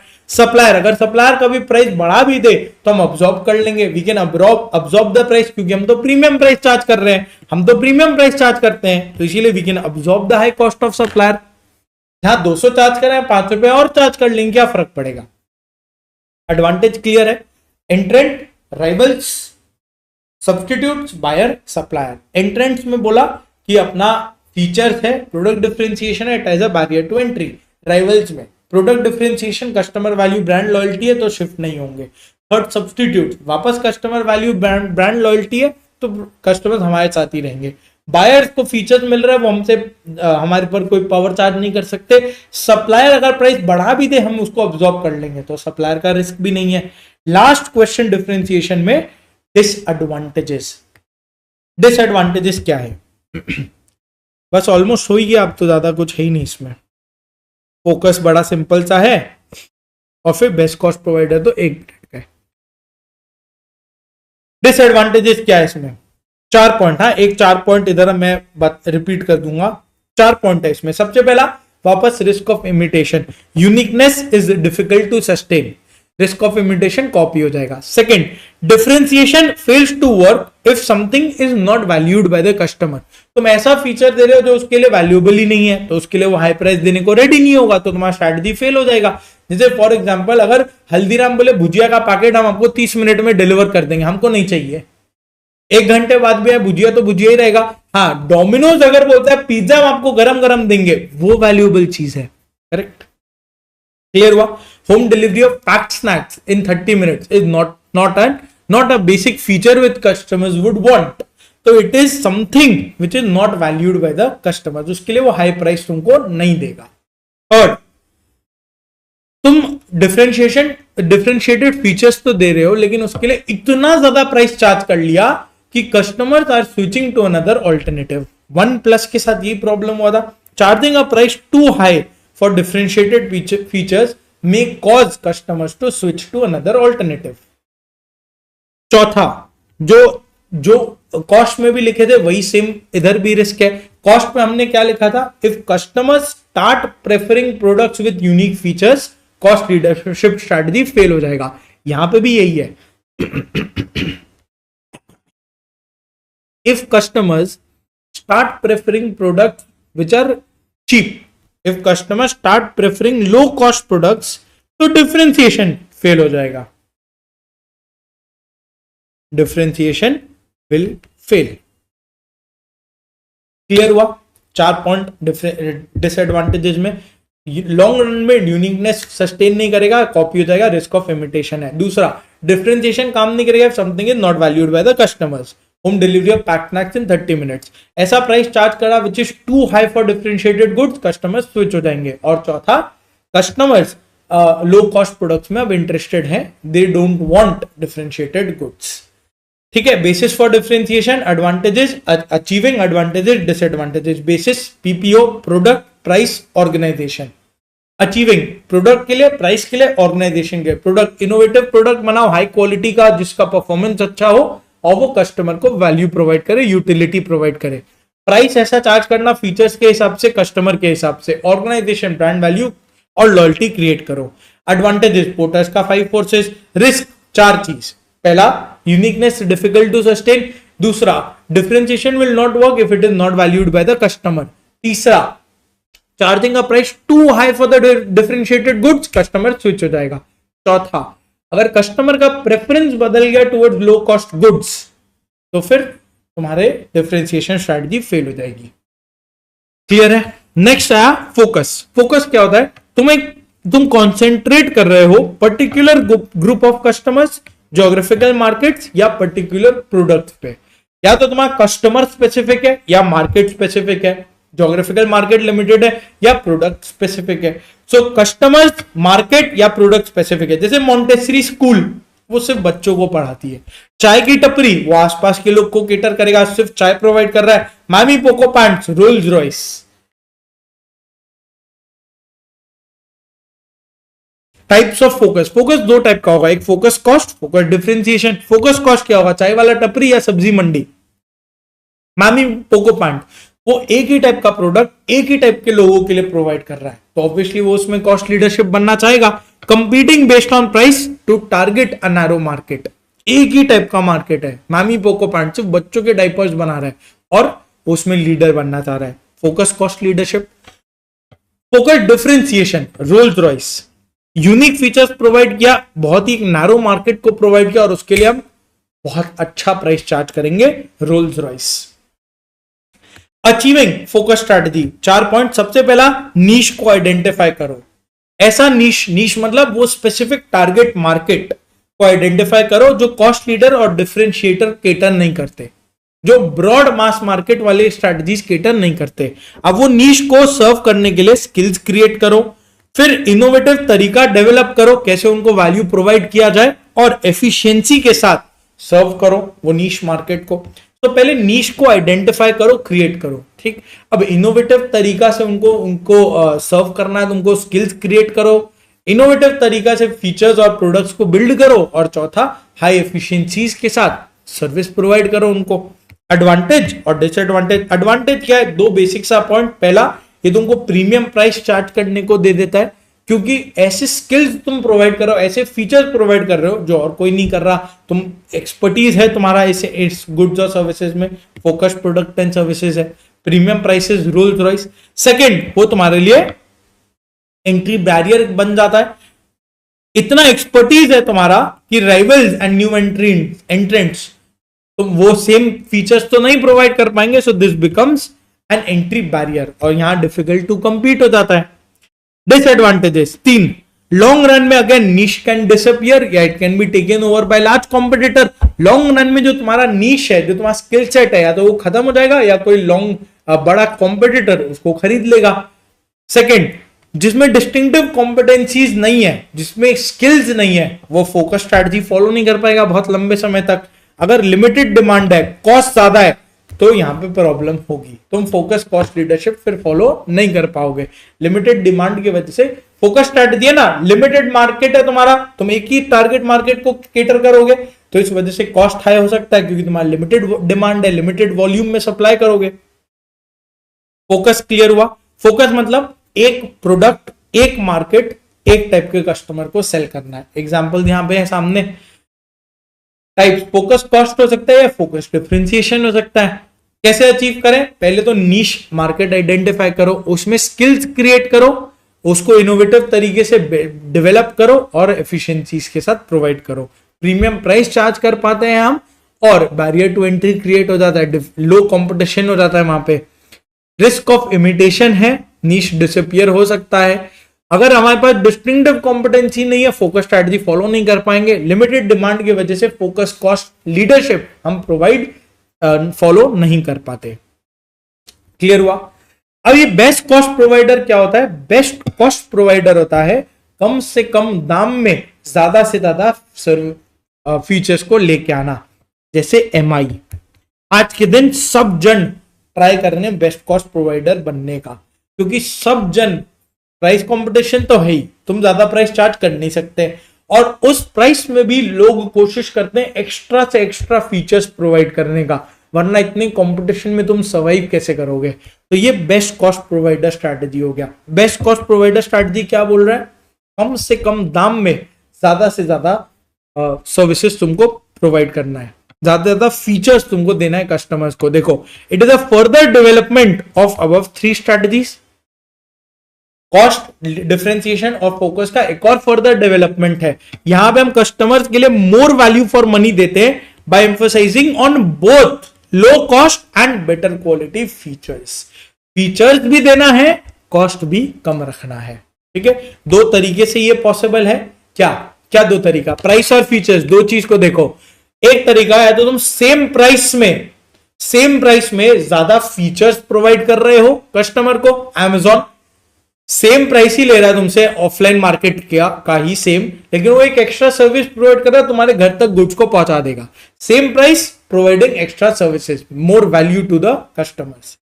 या फिर सेम फीचर्स के लिए वो तुमसे कम प्राइस चार्ज करे। MI सेम फीचर्स प्रोवाइड कर रहा है जैसे कि बाकी कोई और स्मार्टफोन कर सकता है, और वो तुमसे कम प्राइस चार्ज कर रहा है। ये देखो, offering products at a lower price than the rivals with comparable quality and features, same features कम price, MI। या फिर सिमिलर प्राइस में तुम higher quality and better features दे रहे हो, Amazon Blinkit। सिमिलर प्राइस लेकिन वो तुम्हारे घर तक गुड्स को पहुंचा रहे हैं। तो दो तरीके से अचीव हो सकता है। ये डायग्राम को याद रख लेना, कुछ नहीं है। ये चार तो अपने बनाए थे, प्रोडक्ट और मार्केट। प्रोडक्ट में लो कॉस्ट या फीचर्स वाले, लो कॉस्ट या फीचर्स वाला, मार्केट में नैरो या ब्रॉड। सो ये चार तो बन ही जाएगा, cost differentiation, focus cost, focus differentiation, और बीच में तुम्हारा आ जाएगा बेस्ट कॉस्ट प्रोवाइडर। एकदम बीच में उसको चारों के थ्रू तुमको कुछ इस तरीके से लेके आना पड़ेगा, बेस्ट कॉस्ट प्रोवाइडर स्ट्रेटेजी। और इसी के साथ अपना ये चैप्टर डन। बोलो क्लियर है यहां तक? 100%? कहीं कोई दिक्कत, डाउट, कोई क्वेश्चन?